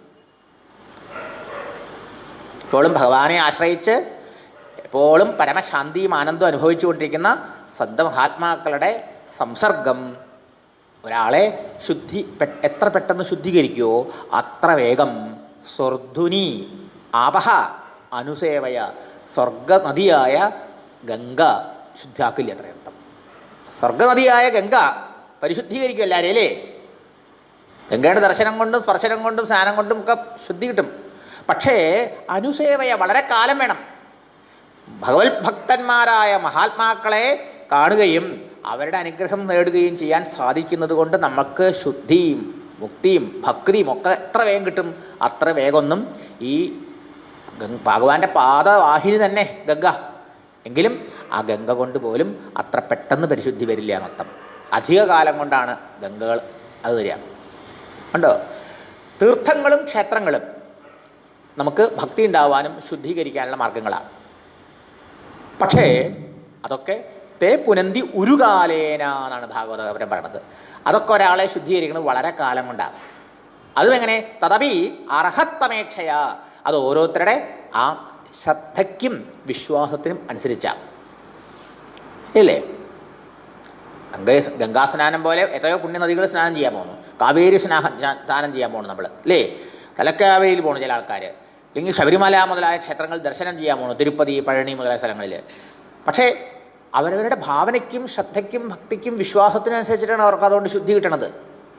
എന്നാലോ ഭഗവാന്റെ പാദങ്ങളെ ആശ്രയിച്ച് ഇരിക്കുന്ന മഹാത്മാക്കളോ ദർശനാദേവ സാധവ. ഇതാ ഭാഗവതം പറയണത്. ദർശനമാത്രയിൽ ഈ സന്ത് മഹാത്മാക്കൾ നമ്മളെ ശുദ്ധാക്കും. ധാര പറയണത് സാക്ഷാൽ ഭാഗവത സ്വരൂപിയായ ശ്രീകൃഷ്ണൻ പറയാം. എപ്പോഴാണ് പറയണത്? ഭഗവാന്റെ സ്വധാമഗമനത്തിന് മുമ്പ് ഇവരൊക്കെ കൂടി വൃന്ദാവനത്തു നിന്ന് ഭഗവാൻ പോയതിന് ശേഷം എല്ലാവരെയും കാണാൻ ഒരു വലിയ സൂര്യഗ്രഹണ സമയത്ത് കുരുക്ഷേത്രത്തിലെത്തി. അപ്പം നന്ദബാബയും യശോദയും അവിടുന്ന് ഗോപന്മാരും ഗോപിമാരും എല്ലാവരും പോയില്ലേ? ഇന്ദ്രപ്രസന്ന പാണ്ഡവന്മാർ അതുമാതിരി എല്ലാവരും വന്നു. ആ വലിയ സദസ്സിൽ നാരദാദി മഹർഷിമാരെ കണ്ട് നമസ്കരിച്ച് പൂജിച്ചുകൊണ്ട് പറയുക ഭഗവാൻ, ഈ മഹാത്മാക്കൾ ആരെന്ന വിചാരം? ഇവരെൻ്റെ സ്വരൂപം സാക്ഷാത്കരിച്ച് ഞാനായിരിക്കും നടക്കുന്നവരാ, സഞ്ചരിക്കുന്ന തീർത്ഥങ്ങളാണെന്നാണ് പറഞ്ഞത്. മനസ്സിലായില്ലേ? ഈശ്വര സാക്ഷാത്കാരം കൈവച്ചുള്ള മഹാത്മാക്കൾ എങ്ങനെയുള്ളവരാണ്? ജംഗമ തീർത്ഥങ്ങൾ എന്നാ പറയാം. സ്ഥാവരങ്ങളും ജംഗമങ്ങളും. സ്ഥാവരങ്ങൾ അവിടെ ഇരിക്കുള്ളൂ. ഗംഗ, യമുന മുതലായ പുണ്യനദികളൊക്കെ സ്ഥാവര അവിടെ പോകണം കുളിക്കാൻ, നല്ല ശുദ്ധമുള്ളൂ. അതും കാലം കൊണ്ട് ഭാവനയ്ക്കനുസരിച്ച്. എന്നാലോ ഈ ഈശ്വര നേടിയ മഹാത്മാക്കൾ ഇങ്ങനെ സഞ്ചരിക്കുക നമ്മുടെ അടുത്തേക്ക് കാരുണ്യം കൊണ്ടേ. അവർ ജംഗമ തീർത്ഥങ്ങളാണ്. അവർ ദർശനം മതി ഒരാളിൽ പരിവർത്തനം ഉണ്ടാക്കാൻ. ശിവാനന്ദ സ്വാമികളുടെ ദർശനം ഒരു ബാലകൃഷ്ണ മേനോനെ പരിവർത്തനം ചിന്മയാനന്ദ സ്വാമിയാക്കിയില്ലേ? ഗുരുദേവൻ്റെ ചരിത്രം നമുക്കറിയാലോ. എത്ര ആൾക്കാരുടെ ജീവിതം.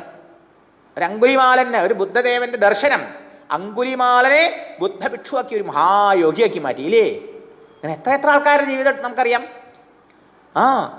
അങ്ങനെയുള്ള മഹാത്മാക്കളുടെ ദർശനത്തെക്കാളും സ്പർശനത്തെക്കാളും അവരുടെ ആ അനുഗ്രഹത്തെക്കാളും വലുതല്ല തീർത്ഥാടനവും ക്ഷേത്രാടനവും നത്തം. ഇത് പലർക്കും അറിയില്ല. തീർത്ഥാടനം ക്ഷേത്രാടനത്തിലാണ് ആൾക്കാർക്ക് ശ്രദ്ധ. അത് വേണ്ടാന്നല്ല പറഞ്ഞത്, നിന്ദിക്കല്ല പറയണത്. പക്ഷെ അതിനേക്കാളും മഹിമയുണ്ട് സജ്ജന സംസർഗത്തിന്, സ്വന്തം മഹാത്മാക്കളുടെ ദർശനത്തിനും അവരുടെ അനുഗ്രഹത്തിനും. ഇതാണ് ഇവിടെ പറയുന്നത്. അതുകൊണ്ട് അങ്ങനെയുള്ള ആളാണ് ഈ സൂതനല്ലോ. അപ്പം അദ്ദേഹം ജംഗമതീർത്ഥ, അദ്ദേഹം അവിടെ വന്നിട്ട് ശുഗാദേവെന്ന് ഭാഗവതമൊക്കെ ഇട്ടിട്ട് ഇങ്ങനെ സഞ്ചരിക്കുകയാണല്ലോ, യാതൊരു കാരണവുമില്ലാതെ. കോവാ ഭഗവതസ്യാം പുണ്യശ്ലോകേഡ്യ കർമ്മണ ശുദ്ധികാമോ ന ശൃണുയാത് യശ കലിമലാപഹം. ചോദിക്കുകയാണ്, ആർക്കാണ് കലിമലങ്ങളെ മുഴുവനും, മനസ്സിൻ്റെ എല്ലാ തരത്തിലെ കാമക്രോധാദികളാവുന്ന മനോമാലിന്യങ്ങളെ മുഴുവനും നശിപ്പിക്കാൻ കഴിവുള്ള ഭഗവാന്റെ യശസ്സിനെ കേൾക്കണ്ടെന്ന് തോന്നുക? ആരാണ് കേൾക്കാൻ ആഗ്രഹിക്കാണ്ടിരിക്കുക? ശുദ്ധികാമഹാന ശൃണുയാത്. എൻ്റെ മനസ്സിനെ ഒന്ന് നന്നാക്കണം. മനസ്സ് നന്നായാൽ എല്ലായി. മനസ്സിൻ്റെ അശുദ്ധിയാണ് ഈ ലോകത്തിൽ കാണുന്ന എല്ലാ തകരാറുകൾക്കും കാരണം, എല്ലാ കുഴപ്പങ്ങൾക്കും കാരണം. ഇവിടെ അശാന്തിയും അസ്വസ്ഥതയും ഒക്കെ ലോകത്തിൽ മനുഷ്യൻ ഉണ്ടാക്കണമെങ്കിൽ അവൻ്റെ മനസ്സ് നന്നല്ലാത്തതുകൊണ്ടാണ്. ആ മനസ്സിനെ ശുദ്ധീകരിക്കാനുള്ള ഉപായമാണ് ശാസ്ത്രം ഇന്നോളം പുരോഗമിച്ചിട്ടും, ഇത്ര ശാസ്ത്രം പുരോഗമിച്ചിട്ടും ശാസ്ത്രത്തിന് സംഭാവന ചെയ്യാനായിട്ടില്ല. മനുഷ്യ മനസ്സിനെ നന്നാക്കാനുള്ള വിദ്യ ഏതെങ്കിലും ഒരു സയൻറ്റിസ്റ്റ് കണ്ടുപിടിച്ചു വെച്ചാൽ അയ്യോ ദൈവത്തിനെ പോലെ ദൈവനെ തൊഴണം, ഈ ലോകം നന്നാവും. അന്ന് അങ്ങനെ ഒന്നും കണ്ടുപിടിച്ചിട്ടില്ല. അങ്ങനെ ഒരു ഡിറ്റർജൻറ്റോ അങ്ങനെ എന്തെങ്കിലും ഒരു ലോഷനോ നമുക്കൊരു കടയിലോട്ട് വാങ്ങാനും കിട്ടില്ല, ഒരു മോളിനോ സൂപ്പർ ബസാറൊന്നും, അല്ലേ? പക്ഷേ ഭാഗവതം, രാമായണം മുതല ഗ്രന്ഥങ്ങൾ, ഭഗവാന്റെ തിരുനാമം, ഭഗവാന്റെ മഹിമകൾ, മഹാത്മാക്കൾ, ഇവരൊക്കെ മനസ്സിനെ വേഗം പരിശുദ്ധീകരിക്കാനുള്ള ഡിറ്റർജൻറ്റ് ഏജൻറ്റുകളാണ്. മനസ്സിലായില്ലേ? അവരെ പോലെ നമ്മെ ശുദ്ധീകരിക്കാവുന്നില്ല. അതുകൊണ്ട് പറഞ്ഞു ശുദ്ധികാമഹ, മനസ്സിനെ ശുദ്ധാക്കണം എന്ന് ആഗ്രഹമുള്ള ഏതൊരാളാണ് ആ ഭഗവാന്റെ മഹിമ കലിമലാവഹം, എല്ലാ കലിമാലങ്ങളെയും ഇല്ലാണ്ടാക്കി അവന് ആ ശാശ്വതമായ ഈശ്വരാനുഭൂതിയെക്കുറിച്ച് അനുഗ്രഹിക്കുന്നത് ആ ഭഗവത് മഹിമകളും നാമങ്ങളും കേൾക്കാനോ കീർത്തിക്കാനോ താല്പര്യം ഉണ്ടാവില്ലേ? കേൾക്കാൻ ആഗ്രഹിക്കില്ലേ? ആഗ്രഹിക്കും. അപ്പോൾ ആരപ്പം മനസ്സിന് ശുദ്ധിയില്ല, മനസ്സ് കേടുവരാത്തവർ? ഏത് കാലത്തും മനസ്സ് കേടുവന്നവരുണ്ട്, അല്ലേ? അപ്പോൾ നമ്മുടെ മനസ്സ് നന്നാവണമെങ്കിൽ എന്ത് ചെയ്യണം? ഭഗവാന്റെ മഹിമകൾ കേൾക്കണം. അപ്പോൾ നോക്ക്, ഈ ഓരോ ചോദ്യത്തിനും പ്രസക്തി ഉണ്ടോ എന്നാ ചോദ്യം. ഔട്ട്ഡേറ്റഡ് ആണോ അതോ ഇതെന്നും പ്രസക്തമായിട്ടുള്ളതാണോ എന്നർത്ഥം. അതെ. തസ്യ കർമാണി ഉദാരാണി പരിഗീതാനി സൂര്യഭി ബ്രൂഹിന ശ്രദ്ധാനാനാം ലീലയാദകലാഹ. അവിടുന്ന് തൻ്റെ കലകളെ ധരിച്ചുകൊണ്ട് ബ്രഹ്മാവ്, ശിവൻ മുതലായിട്ടുള്ളതായ രൂപങ്ങളെ ധീകരിച്ച് ആ ജീവാനുഗ്രഹത്തിന് വേണ്ടി സൃഷ്ടിയാദി വ്യാപാരങ്ങൾ ചെയ്തിട്ടുണ്ട്.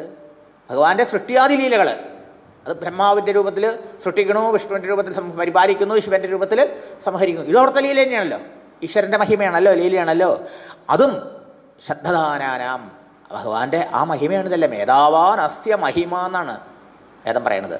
ഈ കാണപ്പെടുന്ന സൃഷ്ടി അത്രയും എന്താണ്? ആ മഹാപ്രഭുവിൻ്റെ മഹിമയാണിത്. അങ്ങനെയുള്ള ഭഗവാന്റെ ആ മഹിമയെ, സൃഷ്ടിയാദി ലീലകളെയും ഒക്കെ ഞങ്ങൾക്ക് കേൾക്കണമെന്ന് ആഗ്രഹമുണ്ട്. അതൊരു ശ്രദ്ധയോടുകൂടിയിരിക്കുന്ന ഞങ്ങൾക്ക് അതും പറഞ്ഞു തരണം. ഇത് ആദ്യത്തെ ചോദ്യം ശാസ്ത്രസാരം. ശാസ്ത്രസാരത്തിൻ്റെ ഉദ്ദേശം ആത്മസംതൃപ്തി, മുഖ്യ ചോദ്യം അതാണ്. പിന്നെ ഭഗവാന്റെ അവതാര സംബന്ധികളായ കുറേ ചോദ്യങ്ങളാണ്. എന്താ കാരണം? ഭഗവാനെക്കുറിച്ച് പറയണതും കേൾക്കണതും സ്മരിക്കുന്നതും ചിന്തിക്കുന്നതും മാത്രമേ നമ്മുടെ മനസ്സിനെ ശുദ്ധീകരിക്കുള്ളൂ. വേറെ ഒന്നിനും ആ കഴിവില്ല. അതാണ്.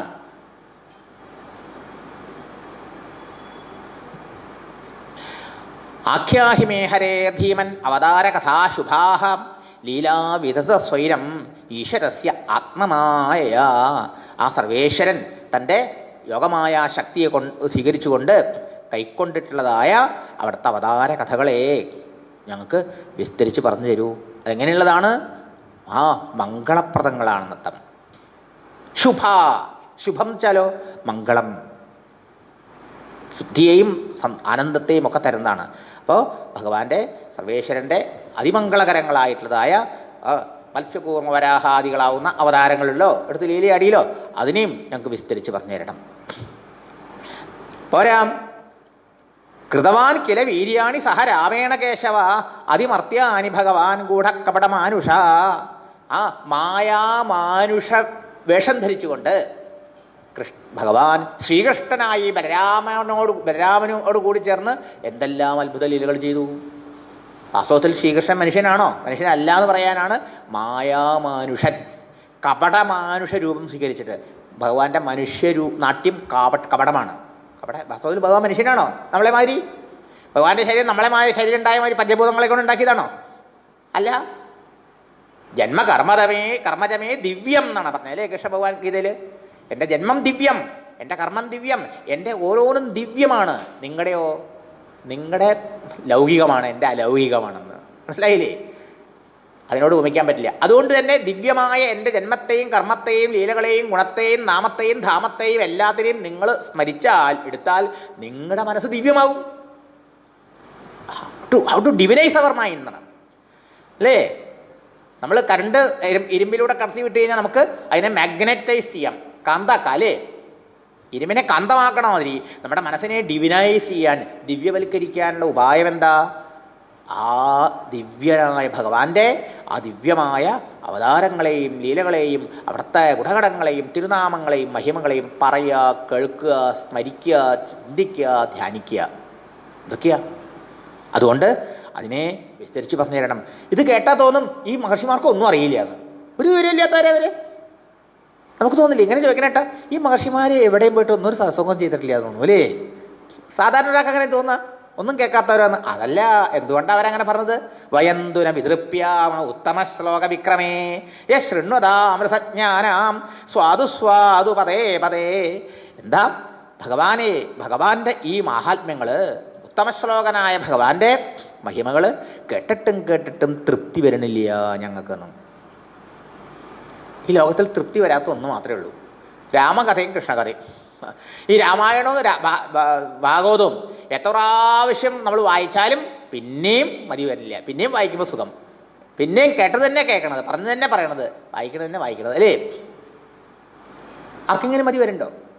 ഇല്ല. അരോചകമായി തോന്നണില്ല. അതിൻ്റെ ജനപ്രീതി കുറയുണ്ടോ? ഇടിയുണ്ടോ? പലതും ഇടിയുണ്ട് കുറച്ച് കഴിയുമ്പോൾ അല്ലേ? അതിൻ്റെ മാർക്കറ്റ്, ഭഗവാന്റെയും ഭഗവത് കഥകളുടെയും രാമായണ മഹാഭാരതാദികളുടെയും മാർക്കറ്റ് ഇടിയുണ്ടോ?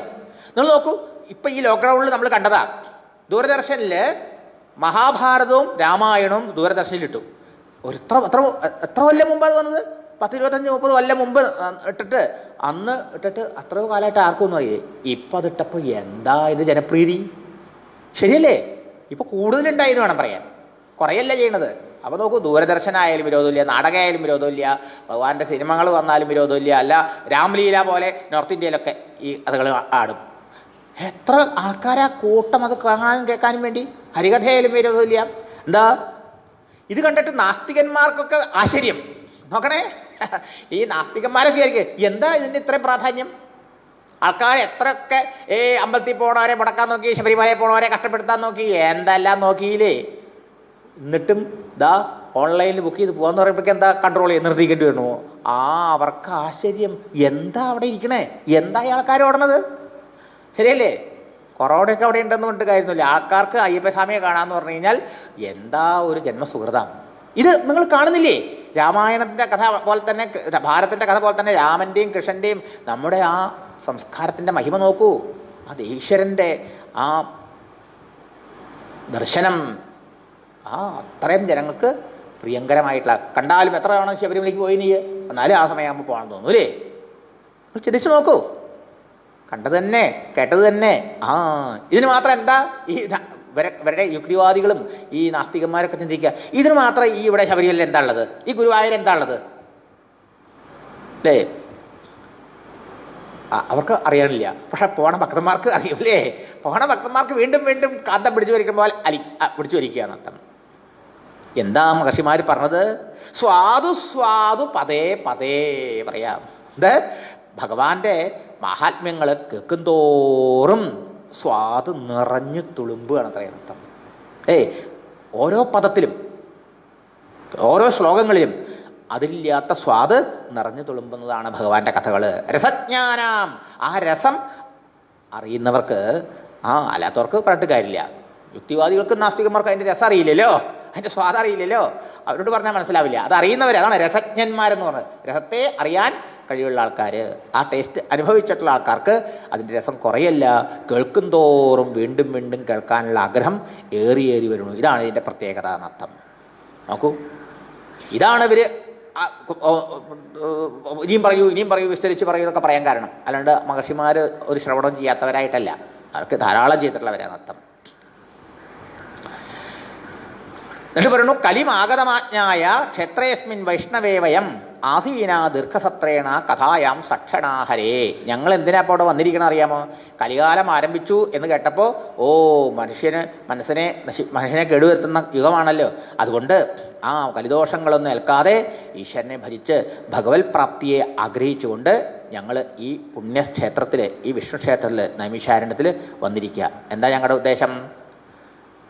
സക്ഷണാഹരേ, ഭഗവാന്റെ കഥ കേട്ടുകൊണ്ട് ഭഗവാനെ അടയണം എന്നുള്ള ആഗ്രഹത്തോടു കൂടിയിട്ട്, ഭഗവത് പ്രാപ്തിയാണ് അവരുടെ ലക്ഷ്യം. അതിനു വേണ്ടിയിട്ട് അങ്ങനെ ഇരിക്കുമ്പോഴാണ് ഈശ്വരൻ അങ്ങേപ്പം ഞങ്ങളുടെ മുമ്പിൽ കൊണ്ടുവന്നെന്ന് പറയാം. അതെങ്ങനെയാണ്? ത്വന്ന സന്ദർശിതോധാത്ര ദുസ്തരം നിസ്ഥിതീർഷതാം കലിം സത്വഹരം പുംസാം കർണധാര ഇവാർണവം. ഈ കലിയുടെ ദോഷം എന്താ, അപകടം എന്താ? മനുഷ്യരുടെ മനസ്സിലുള്ള എല്ലാ നന്മകളെയും നശിപ്പിക്കുന്നതാണ്. സത്വഗുണം വളരുമ്പോഴാണ് മനുഷ്യ മനസ്സിൽ നന്മയുണ്ടാവുക. അപ്പം ആ സത്വഗുണത്തെയും അത് കൊണ്ടുണ്ടാവുന്ന മനഃശുദ്ധിയെയും നന്മകളെയും ഒക്കെ നശിപ്പിക്കുന്നതാണ് ഈ കലികാലം. അതിനെ സാധാരണ നിലയ്ക്ക് ജയിക്കാൻ വിഷമ അല്ലേ? അങ്ങനെയുള്ള ഈ കലികാലത്തിൽ ഈ അജ്ഞാനത്തെയും സംസാര ദുഃഖത്തെയും അതിവർത്തിക്കാൻ വലിയ പാടാണ്. സംസാരത്തെ ഒരു സമുദ്രമായിട്ട് വിചാരിക്കുകയാണെങ്കിൽ ഈ സംസാര സമുദ്രത്തെ അക്കരെ കടത്തിത്തരാൻ ഒരു കപ്പൽക്കാരനെ മാതിരിയാണ് ഈശ്വരനിപ്പോൾ അങ്ങേ ഞങ്ങൾക്ക് കൊണ്ടുവന്നതെന്ന്. ഈ മനുഷ്യ മനസ്സിനെ കേടുവരുത്തുന്ന ഈ കലിദോഷങ്ങളെ ഇല്ലാണ്ടാക്കാൻ അങ്ങേ പോലെയുള്ള മഹാത്മാക്കളുടെ സംസർഗവും സത്സംഗവുമാണ് ആവശ്യം. സംസാരത്തെ ഒരു സമുദ്രമായിട്ട് വിചാരിക്കുകയാണെങ്കിൽ ഈ സമുദ്രം കടത്താൻ നല്ലൊരു കപ്പലും കപ്പൽക്കാരനും ഉണ്ടെങ്കിൽ എളുപ്പമാണ് അല്ലേ? കപ്പിത്താനും ഉണ്ടെങ്കിൽ. അങ്ങ് ആരാണ്? കർണധാര ഇവ അർണവം. അർണവം കടക്കാൻ, സമുദ്രം കടത്താൻ കപ്പലും കപ്പിത്താനും ഉള്ള മാതിരി, കപ്പൽക്കാരനുള്ള മാതിരി ഈ സംസാര സമുദ്രത്തെ കടത്തിവിടുന്ന ഭഗവാന്റെ പാതാരബിന്ദങ്ങളിലേക്ക് നമ്മളെ എത്തിക്കാൻ കഴിവുള്ള ഒരു നല്ല കപ്പിത്താനാണ് ആര്? ഗുരു കർണധാരൻ എന്നാണ് ഭാഗവത്തിൽ പറഞ്ഞേക്കുന്നത് അല്ലേ? ശരീരമാകുന്ന ആ തോണി തുഴയാൻ ഗുരുവുണ്ട്. ആഗ്രഹമാവുന്ന കാറ്റിപ്പ് അനുകൂലമായി ഭീഷണുണ്ട്. പുറപ്പെട്ടോളൂട്ടൊപ്പം തന്നെ ഈ മഹാത്മാക്കളെ ആശ്രയിച്ച് അവരുപദേശം കേട്ടിട്ട് വേഗം നമുക്ക് അക്കരെ എത്താം. മറുകര ഏതാ? സംസാരത്തിൻ്റെ മറുകരയാണ് ശാശ്വതമായ ശാന്തിയുടെ ആനന്ദത്തിൻ്റെ പദമായിരുന്ന ഭഗവത് പദം അഥവാ വൈകുണ്ഠപ്രാപ്തി. അതുകൊണ്ട് അതിന് സഹായിക്കുന്ന അങ്ങേ ഈശ്വരൻ ഞങ്ങൾക്ക് കൊണ്ടുവന്നു എന്നാണ് ഞങ്ങളിപ്പോൾ വിചാരിക്കുന്നത്. പിന്നെ ഒരു ചോദ്യം കൂടി ചോദിച്ചു. എന്താ അത്? ബ്രൂഹി യോഗേശ്വരേ കൃഷ്ണേ ബ്രഹ്മണ്യേ ധർമ്മവർമ്മണി സ്വാം കാഷ്ഠാം അധുനോവേദേ ധർമ്മക്കം ശരണം ഗതഃ. സർവ സദ്ഗുണങ്ങളുടെയും മൂർത്തഭാവമായ ഭഗവാൻ ശ്രീകൃഷ്ണൻ ഭൂമിയിൽ അവതരിച്ച് എല്ലാ ധർമ്മത്തെയും വേണ്ട പോലെ തലയ്ക്ക് നിർത്തി അല്ലേ? അധർമ്മത്തെയൊക്കെ ഇല്ലാണ്ടാക്കി അധർമ്മികളൊക്കെ നശിപ്പിച്ച് ധർമ്മ സംസ്ഥാപനം ചെയ്തു. ആ ഭഗവാനാണ് എല്ലാ ബ്രാഹ്മണരെ രക്ഷിക്കുന്നത്, ബ്രാഹ്മണ ഹിതകാരി, ബ്രാഹ്മണർക്ക് ഹിതം ചെയ്യുക, ധർമ്മത്തെ സംരക്ഷിക്കുക, എല്ലാ യോഗങ്ങളുടെയും സാധനകളുടെയും ഫലത്തെയും കൊടുക്കുന്ന ആൾ ഭഗവാനാണ്. അങ്ങനെയുള്ള ഭഗവാൻ ഇപ്പോൾ അതൊക്കെ ചെയ്തതിന് ശേഷം തിരിച്ചു പോയില്ലോ വൈകുണ്ഠത്തിലേക്ക്. ആ ഭഗവാൻ ഈ ഭൂമിയിൽ നിന്ന് പോയതിന് ശേഷം, ഭഗവാൻ പോയപ്പോൾ ഭഗവാനോടുകൂടി എല്ലാ നന്മകളും പോയില്ലോ, ഗുണങ്ങളും പോയി. അപ്പോൾ ആ ധർമ്മം ഇന്ന് ആരെയാണ് ശരണം പ്രാപിച്ചിരിക്കുന്നത്? കലികാലത്തിൽ ധർമ്മസംരക്ഷണത്തിന് വേണ്ടി വന്ന ഭഗവാൻ ധർമ്മം സംരക്ഷിച്ച് പോയപ്പോൾ ധർമ്മം ആരെ ആശ്രയിക്കുന്നു? ധർമ്മത്തിന് ആശ്രയമാര്? സജ്ജനങ്ങൾക്ക് ആരാ ആശ്രയം? എന്താ ആശ്രയം? ഭൂമിക്ക് ആരാ ആശ്രയം? ഇതൊക്കെയാണ് ചോദ്യം, ഇൻഡയറക്റ്റ് ആയിട്ടുള്ള ചോദ്യം. മനസ്സിലായില്ലേ? അപ്പം ധർമ്മത്തിന് ആശ്രയം ആരാണോ ഏതാണോ അതിനെ നമ്മൾ ആശ്രയിക്കണം. അതാണ് ഭാഗവതം. സർവധർമ്മങ്ങളും ഭഗവാനെ ആശ്രയിച്ചിരിക്കുക. കൃഷ്ണേ സ്വധാമോപഗതേ ധർമ്മജ്ഞാനാദിഭിസ്സഹ. ധർമ്മത്തോടും ജ്ഞാനത്തോടും മുതലായ എല്ലാ ഗുണങ്ങളോടും കൂടി അവതരിച്ച ഭഗവാൻ തിരിച്ച് സ്വധാമത്തിലേക്ക് പോയപ്പോൾ ഓ അതിനെയൊക്കെ ലോകത്തിന് വീണ്ടും പ്രദാനം ചെയ്യാൻ വേണ്ടി പുരാണാർക്കോധുനോദിത, ദാ ഭൂമിയിൽ ഉദിച്ച സൂര്യനെ മാതിരി, അജ്ഞാന ഇരുട്ടിനെ നീക്കാൻ ഉദിച്ച സൂര്യനെ മാതിരി ഈ ഗുണങ്ങളൊക്കെ നമുക്ക് തന്ന് നമ്മെ ഉദ്ധരിക്കാൻ വേണ്ടി ഉദിച്ച പുരാണ സൂര്യനാണ് ശ്രീമദ് ഭാഗവതം എന്നാണ് ഭാഗവതത്തെക്കുറിച്ച് പറയുന്നത്. സ്വാഭാവികമായിട്ടും ഇങ്ങനത്തെ ചോദ്യങ്ങൾ കേട്ടാൽ ആർക്കാ സന്തോഷം ഉണ്ടാവാണ്ടിരിക്കുക? സൂതന്, ഗുരുനാഥന് ഈ ശിഷ്യന്മാരുടെ ചോദ്യം കേട്ടപ്പോൾ വളരെ സന്തോഷമായി. ഇരി സംപ്രശ്ന സംഹൃഷ്ട വിപ്രാണാം ബ്രഹ്മഹർഷിണി പ്രതിപൂജ്യ വജസ്തേഷാം പ്രവക്തും ഉപചക്രമേ. മഹർഷിമാരുടെ ഇപ്രകാരമുള്ള ചോദ്യം കേട്ട് അദ്ദേഹത്തിന് വളരെ സന്തോഷമായി. എന്താ കാരണം? ഭഗവാനെക്കുറിച്ച് ഓർമ്മിക്കാൻ എനിക്കൊരു അവസരം ഉണ്ടാക്കി തന്നുവല്ലോ. ശരിയല്ലേ? ഇപ്പം നിങ്ങളിവിടെ വരാമെന്ന് പറഞ്ഞുകൊണ്ട് എനിക്ക് ഇങ്ങനെ ഭഗവാനെക്കുറിച്ച് ചിന്തിക്കാനും ഭാഗവതം അത്ര ഓരോ ശ്ലോകവും ഓരോ വേർഡ് പഠിക്കാനും ഇതിങ്ങനെ പറയാനൊരു അവസരം ഉണ്ടായി. ഇപ്പം നിങ്ങളാരും വന്നില്ലെങ്കിച്ചോ വെറുതെ സൂമിൽ പറയാൻ എനിക്കറിയില്ല, പറ്റില്ല. അതിനൊരു ഒരു ഒരു രസം ഉണ്ടാവില്ല. മനസ്സിലായില്ലേ? ശരിയല്ലേ? അപ്പോൾ ശ്രോതാവ് വക്താവിനെ അനുഗ്രഹിക്കുക ശരിക്കും. ശരിയല്ലേ? വേറെ ആൾക്കാർക്ക് പ്രയോജനം ഉണ്ടായാൽ അത് വേറെ കാര്യം. പക്ഷേ മുഖ്യമായിട്ടും ഇങ്ങനെ അവസരം ഉണ്ടാകുമ്പോൾ നമ്മൾ ഭഗവാനെക്കുറിച്ച് കൂടുതൽ ചിന്തിക്കുന്നു, സ്മരിക്കുന്നു. അപ്പോൾ വക്താവാണ് ഏറ്റവും കൂടുതൽ അനുഗ്രഹീതനാവുന്നത്. ഇപ്പോൾ സൂത്രൻ ഭഗവാനെക്കുറിച്ച് ഇങ്ങനെ ചോദിച്ചത് കൊണ്ട് എന്തായി? ഭഗവാനെക്കുറിച്ച് പറയാനുള്ള അവസരം അല്ലേ? ഭാഗവതം പറഞ്ഞു കൊടുക്കാനുള്ള അവസരം ഉണ്ടായല്ലോ. അതുകൊണ്ട് അദ്ദേഹത്തിന് വളരെ വളരെ സന്തോഷമുണ്ടായി. ആദ്യം തന്നെ അദ്ദേഹം എന്തു ചെയ്തു? ആദ്യം തനിക്കിതൊക്കെ പഠിപ്പിച്ചു തന്ന ആരാ? ആ ഗുരുനാഥനെ നമസ്കരിക്കണതേ. വാസ്തവത്തിൽ ഗുരുനാഥനാണ് ശിഷ്യനിലൂടെ പ്രവർത്തിക്കണം എന്ന് വേണമെങ്കിൽ പറയാൻ, അല്ലേ? ഗുരുകാരുണ്യം ഉണ്ടായാൽ മാത്രമേ എന്തും നേരിടാൻ പറ്റുള്ളൂ, അല്ലേ? ഗുരുകാരുണ്യം സമ്പൂർണ്ണം ഉണ്ടായാൽ അവിടെ അയാൾക്ക് സാധിക്കായിട്ട് ഒന്നുമില്ല. അതുകൊണ്ട് ഉപദേശിക്കാൻ പോകുന്ന ശ്രീമദ് ഭാഗവതം ഏതൊരു ശ്രീശുക ബ്രഹ്മർഷിയുടെ മുഖാരവിന്ദത്തു നിന്നാണോ പരീക്ഷത്തിൻ്റെ ഒപ്പം ഇരുന്ന് ഗംഗാതീരത്ത് വെച്ച് താൻ 7 ദിവസം കേട്ടത്, ആ ഗുരുനാഥനെ നമസ്കരിക്കണം ആദ്യം ചെയ്തത്. ഇതൊക്കെ എന്താ നമ്മളെ പഠിപ്പിക്കുന്നത്? ഇതൊക്കെ നമ്മൾ മനസ്സിലാക്കണ്ടോ? നമുക്കൊരു നന്ദിയില്ല, അല്ലേ? ഗുരു എന്നൊക്കെ പഠിച്ചാൽ പിന്നെ ഗുരു വേണ്ട. ഇങ്ങനെ ഗുരുവിനെയും ഗുരുവിൻ്റെ പ്രസ്ഥാനത്തെ തള്ളി പുതിയ പ്രസ്ഥാനം ഉണ്ടാക്കി സ്വയം ഗുരുവാവുക. ഇതാണത്തെ മോഡേൺ ട്രെൻഡ്, അല്ലേ? ഗുരുദ്രോഹിയാണ്. ഗുരുദ്രോഹിക്ക് എവിടെയും സൽഗതി ഉണ്ടാവില്ല. മനസ്സിലായില്ലേ? ഒരിക്കലും ഗുരുദ്രോഹി ആവാൻ പാടില്ല നമ്മൾ. ഇത് വളരെ ശ്രദ്ധിക്കേണ്ട വിഷയം. എന്തിനാ ഇതൊക്കെ പഠിക്കുന്നത്? ഇതൊക്കെ ഈ വേർഡിൻ്റെ ഇടയിലുള്ള കാര്യങ്ങൾ നമ്മൾ പഠിക്കാൻ തന്നെ വേണം അർത്ഥം. മനസ്സിലായോ? ഗുരുനാഥൻ്റെ അനുഗ്രഹം ഉണ്ടെങ്കിൽ മാത്രമേ, പാണ്ഡിത്യം കൊണ്ടൊരു കാര്യമില്ല. പാണ്ഡിത്യം കൊണ്ട് ഉപജീവനം നടക്കും, വയറ്റിപ്പഴപ്പ് നടക്കും. അല്ലാതെ നമുക്ക് ഭഗവാനെ കിട്ടില്ല, ശാശ്വതമായ ശാന്തി ലഭിക്കില്ല എന്നർത്ഥം. വളരെ മുഖ്യ വിഷയം. ഇത്ര വലിയ മഹാത്മാവാണ് ഈ സൂതൻ എന്ന് ആലോചിച്ച് നോക്കൂ. വേദവ്യാസ മഹർഷിയുടെ ശിഷ്യൻ, ശ്രീശുക ബ്രഹ്മർഷിയുടെ ശിഷ്യൻ പറയാണ്, ആ ഗുരുനാഥനെ ഞാനൊന്ന് നമസ്കരിക്കട്ടെ, ആ ഗുരുനാഥന്മാരുടെ അനുഗ്രഹം ഇല്ലാണ്ട് എനിക്കൊന്നും നിങ്ങളോട് പറയാൻ പറ്റില്ല കേട്ടോ എന്ന് പറഞ്ഞ് ആ സ്വന്തം ഗുരുനാഥനെ നമസ്കരിക്കുകയാണ്. ശുക വന്ദനമാണ് ആദ്യം ചെയ്തത്. സൂത ഉവാചാം യം പ്രവ്രജന്തമനുപേതമപേതകൃത്യം ദ്വൈപായനോ വിരഹകാതര ആജുഹാവ പുത്രേരി തന്മയതയാ തരവോഭിനേതുഃ തം സർവഭൂതഹൃദയം മുനിം ആനതോസ്മി. സർവഭൂതഹൃദയനായ മുനിയെ ഞാൻ നമസ്കരിക്കുന്നു. സർവഭൂതങ്ങളുടെയും ഹൃദയം, ഹൃദയം എന്ന് പറഞ്ഞാൽ എന്താ? ആത്മാവെന്നാണ്. ഹൃദി അയം ഇരി ഹൃദയം എന്നാണ് രമണ മഹർഷി പറയാം. അവൻ ഇവിടെ ഇരിക്കണു. അപ്പോൾ ഹൃദയം എന്ന വാക്കിന് ശേഷം പരമാത്മാ എന്നർത്ഥം. അപ്പോൾ എല്ലാവരുടെയും ഹൃദയത്തിൽ പരമാത്മാവ് ഇരിക്കേണ്ടത്. ആ പരമാത്മാവിനെ സാക്ഷാത്കരിച്ചവനാണ് ഗുരുനാഥൻ. ശുകാചാര്യൻ ഈ ഭഗവാൻ ആത്മസാക്ഷാത്കാരം കൈവരിച്ച് സർവാത്മഭാവം കൈവരിച്ച ആളാണെന്നർത്ഥം. അതായത് ആരാണ് എല്ലാവരുടെയും ആത്മാവ്? ഈശ്വരനാണ്. അഹം ആത്മാ ഗുഡാകേശ സർവഭൂതാശയസ്ഥിത എന്ന് ഭഗവാനെ പറയണ്ടല്ലോ. എല്ലാവരുടെയും ഉള്ളിലിരിക്കുന്ന ആത്മസ്വരൂപൻ ഭഗവാനാണ്. അപ്പോൾ നമ്മുടെ ആ ശ്രദ്ധ ബാഹ്യവിഷയങ്ങളിൽ നിന്ന്, ഇന്ദ്രിയ വിഷയങ്ങളിൽ നിന്ന് പിൻവാങ്ങി മനസ്സിലെ ചിന്തകളിൽ നിന്ന് പിൻവാങ്ങി ആ ചിന്തയെ പ്രകാശിപ്പിച്ചുകൊണ്ട് സാക്ഷിസ്വരൂപനായിരിക്കുന്ന ആ ആത്മസ്വരൂപനാകുന്ന ഭഗവാനിലേക്ക് നമ്മൾ തിരിച്ച് ആ മനസ്സ് ആ ആത്മസ്വരൂപനിൽ ലയിച്ച് ഏകീഭവിച്ച് ഒന്നായിത്തീരുമ്പോൾ നാം ഓരോരുത്തരും ഈശ്വരനെ സാക്ഷാത്കരിച്ചു ആത്മസാക്ഷാത്കാരത്തിലൂടെ. അതാണ് ആ ആള്. ഈ ആത്മസ്വരൂപനായ ഭഗവാനാണ് സർവരുടെയും ഹൃദയത്തിൽ ആത്മാവായിരിക്കുന്നത് ഉള്ളിൽ. അപ്പോഴോ സർവരുടെയും ആത്മാവായി ഭവിച്ചു.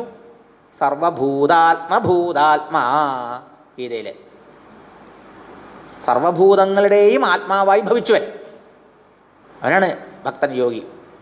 അതിന് സർവാത്മഭാവം എന്നാ പറയാം. ആ നിലയിലെത്തിയ ആളായിരുന്നു ശുകാചാര്യൻ എന്ന് ഭാഗവത്തിൻ്റെ ഗുരുനാഥൻ. 2 വർഷം കഴിഞ്ഞു, വർഷങ്ങൾ വലുത് കഴിഞ്ഞ് പുറത്തേക്ക് വരുന്നില്ല. അപ്പം അമ്മയ്ക്ക് നല്ല ബുദ്ധിമുട്ടായി. വ്യാസമഹർഷിയോട് പറഞ്ഞു, ഇവനെന്താ പുറത്ത് വരാത്തത്? അപ്പോൾ വ്യാസമഹർഷി ചോദിച്ചു, നീ എന്താണ് പുറത്ത് വരാത്തത്? അവർ പറഞ്ഞു, പുറത്ത് വന്നാലേ ഇവിടെ വെച്ച് ഞാൻ സുഖാണ്, എപ്പോഴും ഈശ്വരൻ തന്നെ ചിന്തിച്ചുകൊണ്ട് ആ ആത്മചിന്തനത്തിൽ അങ്ങനെ പരമാനന്ദമായിട്ടിരിക്കുക.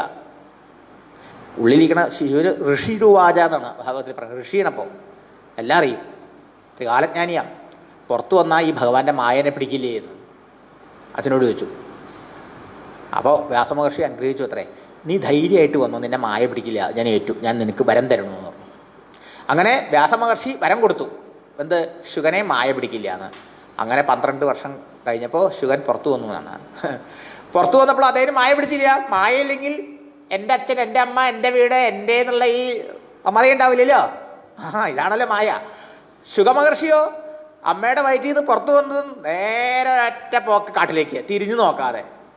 ഏതച്ഛനാണോ ഈ വരം കൊടുത്ത് അനുഗ്രഹിച്ചത്, മായേന്ന് മോചിപ്പിച്ചത്, ഒരു നമസ്കാരം പോലും ചെയ്യാതെ നേരെ പോയി. അതാണ് യം പ്രവ്രജന്തം. പ്രവ്രജന്നാലോ എല്ലാം ഉപേക്ഷിച്ച് പോവാം. പ്രവാചകൻ അതെ പ്രവ്രജനം അതില്ലേ, എന്നുവെച്ചാൽ സന്യാസിച്ച് പോവുക, എല്ലാം ഉപേക്ഷിച്ച് പോവുക. ബ്രഹ്മചര്യം, ഗാർഹസ്ഥ്യം, വാനപ്രസ്ഥം മുതലായ ആശ്രമങ്ങളിൽ അനുഷ്ഠിക്കേണ്ട ധർമ്മങ്ങളൊക്കെ ഇല്ലേ, ഇതിനൊന്നും കാത്തു നിൽക്കണില്ല. അനുവേദം, ഉപനയനം ജോലി ചെയ്യാൻ തയ്യാറായില്ലേ. 12 വയസ്സായ ഉപനയനം ചെയ്യണമല്ലോ. 8 വയസ്സൊക്കെ ചെയ്യണം. അപ്പോൾ 12 വയസ്സായി, ഉപനയനത്തിന് പോലും കാത്തു നിൽക്കാതെ അഭേദകൃത്യം, യാതൊരു കർത്തവ്യകർമ്മങ്ങളും ചെയ്യാതെ ആരാണോ കാട്ടിലേക്ക് ഓടിപ്പോയത് എല്ലാം ഉപേക്ഷിച്ച് പോയി, സർവസംഘ പരിത്യാഗിയായി, വസ്ത്രം പോലും ധരിക്കാത്ത ജനിച്ച മാത്രമേ സുഖൻ പോവുക കാട്ടിലേക്ക്. സഹിച്ചില്ല അത്ര അച്ഛന് അല്ലേ. പ്രസവിച്ച മോനെ ഒന്ന് കാണണമെന്ന് അത്ര മോഹിച്ചുകൊണ്ടിരിക്കില്ല നമ്മളേ. ദൂരെയൊക്കെ ആണെങ്കിലോ ഫോട്ടോയെങ്കിലും കണ്ട് സന്തോഷിക്കും അല്ലേ. ഇവിടെ നേരിട്ട് മകൻ പുറത്തു വന്നു, ആ മകൻ ഇത്ര മഹാനും കൂടിയായി. ആ മഹാൻ അച്ഛൻ തിരിഞ്ഞു നോക്കാതെ കാട്ടിലേക്ക് ഓടിക്കൊണ്ട സമയത്ത് വിരഹ കാതരഹ എന്നാ ഒരച്ഛൻ്റെ വിരഹ, ആ കാതരത അച്ഛന്മാർക്ക് മനസ്സിലാവും, അമ്മമാർക്കൂലേ. ആ കുട്ടിയെ പിരിയുന്ന സമയത്തുണ്ടാവുന്ന ആ സങ്കടം, ആ ഉണ്ണി ഇങ്ങനെ ഓടിപ്പോണ സമയത്ത് ആ ഉണ്ണിയുടെ വിരഹ ദുഃഖം സഹിക്കാൻ വയ്യാതെ ദ്വൈപായന ആജുഹാവ. ദ്വൈപായനൻ വേദവ്യാസ മഹർഷി ഉച്ചത്തിൽ വിളിച്ചു. എന്താ വിളിച്ചത്? പുത്രാ, ഉണ്ണീ, മകനേന്ന് ഇങ്ങനെ ഉച്ചത്തിൽ വിളിച്ചുകൊണ്ട് മകൻ്റെ പിന്നാലെ ഓടിപ്പോയി കാട്ടിലിരിക്കുന്നത്. ആ സമയത്ത് ശുകാചാര്യര് പിതാവിന് തൻ്റെ നില മനസ്സിലാക്കി കൊടുത്തു. അച്ഛനെ ഉപദേശിക്കാൻ വയ്യല്ലോ. എന്താ കാണിച്ചു കൊടുത്തത്? ആ പുത്ര എന്നുള്ള സർവരുടെയും ആത്മാവായി ഭവിച്ചുല്ലോ അദ്ദേഹം. അങ്ങനെയുള്ള അദ്ദേഹത്തിന് എല്ലാവരുടെ ഉള്ളിൽ നിന്ന് പ്രവർത്തിക്കാൻ കഴിയും. ആ വൃക്ഷങ്ങളിലൂടെ ആ പുത്ര എന്നുള്ള വിളി തിരിച്ച് പ്രതിധ്വനിയായിട്ട് വന്നു. അഥവാ വൃക്ഷങ്ങളാണ് അതിനെ വിളി കേട്ടത് അത്രയർത്ഥം. അങ്ങനെ പുത്രാന്ന് വിളിച്ച് കരഞ്ഞ സമയത്ത് ആ ശബ്ദത്തെ തന്നെ വൃക്ഷങ്ങളൊക്കെ പുറപ്പെടുവിച്ചു. ഇതിലൂടെ ഈ പുത്രസ്നേഹം എന്തുകൊണ്ടാ? പുത്രസ്നേഹം ഈ ദേഹസ്നേഹം കൊണ്ട്, ഞാൻ ദേഹമാണെന്ന ചിന്ത കൊണ്ടാണ്. എൻ്റെ പുത്രൻ, എൻ്റെ പുത്രി എന്നുള്ള വിചാരം അല്ലേ. ആ പുത്രസ്നേഹം മുറിക്കാൻ, അതൊരു കയറാണ്. അതിനെ മുറിക്കാൻ അച്ഛന് പുത്രൻ കാണിച്ചു കൊടുക്കുകയാണ്, ഞാൻ എല്ലാ ചരാചരങ്ങളുടെയും ഉള്ളിൽ വിളങ്ങുന്ന ആത്മാവാണച്ചാ. അത് തിരിച്ചറിയാതെ നമുക്ക് ഒരിക്കലും ഈ പാശത്തെ മുറിക്കാൻ പറ്റില്ല. അങ്ങനെ തൻ്റെ സർവാത്മഭാവത്തെ ആ വൃക്ഷങ്ങളിലൂടെ വിളി കേട്ടതിലൂടെ അച്ഛന് ബോധിപ്പിച്ചു കൊടുത്തു. അങ്ങനെയുള്ള തരവഹ അഭിനേതു, വൃക്ഷങ്ങളൊക്കെ ഏറ്റു പറഞ്ഞു. അങ്ങനെയുള്ള സർവഭൂത ഹൃദയനായ, സർവഭൂതങ്ങളുടെയും ഹൃദയത്തിലിരിക്കുന്ന സർവേശ്വരനെ സാക്ഷാത്കരിച്ച് സർവാത്മഭാവം കൈവരിച്ച ആ ശുഗ ബ്രഹ്മർഷിയെ നമസ്കരിക്കണു. അപ്പോൾ പിതൃപുത്രഭാവം സർവാത്മാവായി തീർന്ന് തനിക്കില്ല. ആൾ ശരീരത്തിൻ്റെ ചെറിയ ആയ ആ അവസ്ഥയിലല്ല നിൽക്കണതേ. ഇതാണ് ശുകാചാര്യൻ്റെ മഹത്വം. വീണ്ടും അദ്ദേഹം അപ്പോൾ എന്താ സൂചിപ്പിച്ചത്? മനോബുദ്ധികൾക്കപ്പുറത്ത് അതിനതീതമായിട്ടുള്ള ഒരു അനുഭൂതി മണ്ഡലമുണ്ട് എന്ന് ഈ ശുഗൻ്റെ അവസ്ഥയിലൂടെ ലോകത്തിന് പഠിപ്പിക്കുക. ആ അനുഭൂതിയാണ് നമുക്ക് ഭാഗവതം കൊണ്ട് കിട്ടാൻ പോണതർത്ഥം. അതാണ് ഈശ്വര സാക്ഷാത്കാരം അല്ലെങ്കിൽ ആത്മസാക്ഷാത്കാരം, മോക്ഷം എന്നൊക്കെ പറഞ്ഞാൽ മനസ്സിലാക്കേണ്ടതർത്ഥം. അതാണ് യസ്വാനുഭാവമഖിലശ്രുതിസാരമേകം അധ്യാത്മദീപം അതിതിദീർഷതാം തമോന്ധം സംസാരിണാം കരുണയാഹ പുരാണഗുഹ്യം തം വ്യാസസൂനുമുപയാമി ഗുരും മുനീനാം. മുനീനാം ഗുരും, മുനിമാർക്കും ഗുരുവായ, സകല ഗുരുക്കന്മാർക്കും ഗുരുനാഥനായ വ്യാസസൂനും, ആ വ്യാസസൂനുവിനെ, വ്യാസപുത്രനെ, ആരാ? വീണ്ടും ശുഖബ്രഹ്മർഷി. ശുഖബ്രഹ്മർഷിക്ക് ഗുരുവിനെ നമസ്കരിക്കാൻ 2 ശ്ലോകം. തം ഗുരും ഉപയാമി, ആ ഗുരുവിനെ ഞാനിതാ നമസ്കരിക്കുന്നു. ആരാ? വ്യാസസൂനു, വ്യാസപുത്രൻ. ആരാ? ശുഖമഹർഷി. എന്താ അദ്ദേഹം ചെയ്തത്? അദ്ദേഹം ഇരുട്ടത്ത് നടക്കുന്ന ആൾക്കാർക്ക് നല്ല ഒരു ടോർച്ച് തന്നു. എല്ലാ ആൾക്കാരും ഇവിടെ എങ്ങനെ നടക്കുകയാണ്? തമോന്ധം, കൂരിരുട്ടിൽ തപ്പിത്തടഞ്ഞ് നടക്കുക. സ്വന്തം ഉള്ളിലിരിക്കണോ നാം അന്വേഷിക്കുന്ന സുഖവും ശാന്തിയും പരിപൂർണതയും ഭഗവാനും ഒക്കെ. വൈകുണ്ഠത്തിലും കൈലാസത്തിലും ഒക്കെ ഭഗവാൻ ഉണ്ടെങ്കിലും ഭഗവാനെ നാം സാക്ഷാത്കരിക്കേണ്ടത് എവിടെയാ? നമ്മുടെ ഓരോരുത്തരുടെയും ഹൃദയത്തിലാണ്. പറഞ്ഞിട്ടില്ലേ ഭഗവാൻ തന്നെ? ഈശ്വരനെ എവിടെയാണ് നമുക്ക് മീറ്റിംഗ് പോയിന്റ് അല്ലേ? ഉപലബ്ധി ദ്വാരം എന്നൊക്കെയാണ് ഉപനിഷത്ത് അതിന് പറയാം. ഈശ്വര സർവഭൂതാനാം ഹൃദ്ദേശേ അർജുന തിഷ്ഠതി. ഞാൻ എല്ലാവരുടെയും ഹൃദയത്തിലിരിക്കേണ്ടത് അല്ലേ? ആ ഭഗവാനെ അറിയാൻ പറ്റണില്ല നമുക്ക്. ഇരുട്ട്, അജ്ഞാനത്തിൻ്റെ അന്ധകാരമുണ്ട്. ആ അന്ധകാരം പോണെങ്കിൽ ഒരു വെളിച്ചം വേണം അല്ലേ? വേണം. ഗുരുനാഥൻ നമുക്ക് തന്നെന്താ? അധ്യാത്മദീപം. അധ്യാത്മദീപം എന്താ ഇതിന് പേര്? ടോർച്ച് ഓഫ് സ്പിരിച്വാലിറ്റി എന്ന് വേണമെങ്കിൽ പറയാം.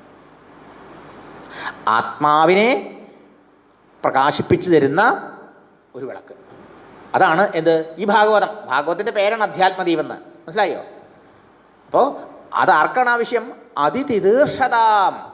ഓ, ഈ ഇരുട്ടിനെ അപ്പുറത്ത് കടക്കണം എന്ന് ആഗ്രഹിക്കുന്ന ആൾക്കാർക്ക്. അപ്പോൾ സംസാരമാകുന്ന കൂരാക്കൂരിരുട്ടിൽ ലക്ഷ്യമറിയാതെ ദുഃഖമനുഭവിച്ചുകൊണ്ട് കട്ടപ്പെടുന്നതായ ജീവകോടികൾക്ക് ഈ ഇരുട്ടിനെ അപ്പുറത്തേക്ക് കടക്കാൻ ആഗ്രഹമുണ്ടെങ്കിൽ അവർക്ക് വേണ്ടിയിട്ട് വലിയൊരു ലൈറ്റ് തന്നു, ഒരു ടോർച്ച് തന്നു. ഇത് നിങ്ങൾ പിടിച്ചുകൊണ്ട് പൊക്കോളൂ. ഇതാണ് പുരാണഗുഹ്യം. പുരാണഗുഹ്യം, അതിരഹസ്യമായ 18 പുരാണങ്ങളുടെ തിലകമായ ശ്രീമദ് ഭാഗവതം. അപ്പോൾ ഭാഗവതം എന്താണ്? അതൊരു വലിയ ടോർച്ചാണ്. ഈ ഭാഗവതം എന്ന ടോർച്ച് കയ്യിലുണ്ടെങ്കിൽ നമുക്ക് പിന്നെ അജ്ഞാനത്തിൻ്റെ കൂരിരുൾ ബാധിക്കില്ല എന്നർത്ഥം. എങ്ങനെയുള്ളതാണത്? അഖിലശ്രുതി സാരമേകം, സകല ശ്രുതികളുടെയും സാരമാണ്, സകല വേദസാരമാണ്, സകല വേദാന്ത സാരമാണ്. സർവവേദാന്ത സാരം ഹി ശ്രീഭാഗവതം ഇഷ്യതേ എന്നാണ് അല്ലേ? സകല വേദാന്ത സാരമാണത്. നിഗമകൽപ്പതരോർ ഗളിതം ഫലം എന്നാണല്ലേ പറഞ്ഞല്ലേ? വേദങ്ങാവുന്ന കൽപ്പവൃക്ഷത്തിലെ ഉണ്ടായ മൂത്തുപഴുത്ത രസം മാത്രമുള്ള പഴമാണെന്ന് പറഞ്ഞർത്ഥം. അങ്ങനെയുള്ളതാണ്. സ്വാനുഭാവം എങ്ങനെയുള്ളതാണ്? സാധാരണ പോലെയല്ല, അസാധാരണ മഹിമയുള്ളതാണ് അർത്ഥം. അപ്പോൾ ആരാണോ ഈ അജ്ഞാന അന്ധകാരത്തെ അതിവർത്തിക്കാൻ ആഗ്രഹിക്കുന്നത് അവർക്ക് സ്വന്തം അനുഭവത്തിൻ്റെ പ്രേരണ കൊണ്ട്, ജീവജാലങ്ങളുള്ള കാരുണ്യം കൊണ്ട് ഈ അധ്യാത്മദീപമാവുന്ന ശ്രീമദ് ഭാഗവതത്തെ പ്രോജ്വലിപ്പിച്ച് ലോകത്തിന് തന്നു. അങ്ങനെയുള്ള ആ പരമഗുരുവിന് നമസ്കാരം. ചുരുക്കത്തിൽ ഈ ഭാഗവതം അധ്യാത്മദീപമാണ്. ആത്മസ്വരൂപത്തെ നല്ലോണം പ്രകാശിപ്പിക്കുന്ന ഒരു വിളക്കാണ്. കടാവിളക്കാണത്, കെട്ടുകൂലിയ. അതിനെ കത്തിച്ച് നമുക്ക് തന്നു ആര്? ഗുരുനാഥൻ ശുകാചാര്യൻ. അദ്ദേഹം ഗുരുക്കന്മാർക്കും ഗുരുവാണ്, മുനിമാർക്കും ഗുരുവാണ്. അതുകൊണ്ട് വ്യാസമഹർഷി പരീക്ഷത്തിൻ്റെ സദസ്സിൽ ശുകാചാര്യൻ അങ്ങോട്ട് വന്നപ്പോഴോ അച്ഛൻ വ്യാസൻ, മുത്തശ്ശൻ, പരാശരൻ അവരടക്കം എഴുന്നേറ്റ് നമസ്കരിച്ചു. പേരക്കുട്ടിയെ നമസ്കരിക്കില്ല, അവരെ മഹത്വം അറിയാവുണ്ട്. മനസ്സിലായില്ലേ? എല്ലാ മഹർഷിമാരും എഴുന്നേറ്റ് നമസ്കരിച്ചു എന്നാണ്. ആ മുനിമാരുടെ നടുക്ക് വ്യാസപുത്രൻ എങ്ങനെ പ്രകാശിച്ചു, ശോഭിച്ചു എന്നാണ് പറയണത്. നക്ഷത്രമണ്ഡലങ്ങളുടെ നടുക്ക് ചന്ദ്രൻ പ്രകാശിക്കുന്ന മാതിരി ആ ഋഷീശ്വരന്മാരുടെ നടുക്ക് പ്രായം കൊണ്ട് ചെറിയവനായ ശുകാചാര്യൻ പ്രശോഭിച്ചു എന്നാണ് പറയുന്നത്. അതിന് മനസ്സിലാക്കാം മുനികൾക്കും ഗുരുവാണ് അദ്ദേഹം അർത്ഥം. അതിനുശേഷം ശിഷ്ട ആചാരം പറയാം. എന്താ അത്? നാരായണം നമസ്കൃത്യ നരഞ്ചൈവ നരോത്തമം ദേവീം സരസ്വതീം വ്യാസം തതോ ജയമുദീരയേത്. നരനാരായണന്മാരെയും നരനാരായണ ഋഷിമാർ സരസ്വതി ദേവിയെയും വ്യാസമഹർഷിയെയും നമസ്കരിക്കണം. അവർക്കൊക്കെ ജയം പറഞ്ഞിട്ട് വേണം നാം ഗ്രന്ഥം ആരംഭിക്കാൻ. ഗ്രന്ഥത്തെ ആരംഭത്തിൽ നിന്നർത്ഥം.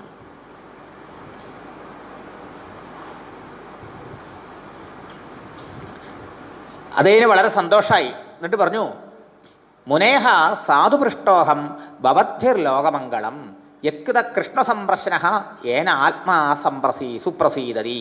മഹർഷിമാരെ, നിങ്ങൾ ഈ ചോദ്യം കൊണ്ട് എന്നെ മാത്രമല്ല ഈ ലോകരെ മുഴുവൻ അനുഗ്രഹിച്ചു എന്ന് പറഞ്ഞു. ഈ ലോകത്തെ മുഴുവനും എന്താ, ലോകത്തിന് മുഴുവൻ മംഗളം ജനിപ്പിക്കുന്ന ഒരു കാര്യമാണ് നിങ്ങൾ ചോദിച്ചത്. എന്താ അത്?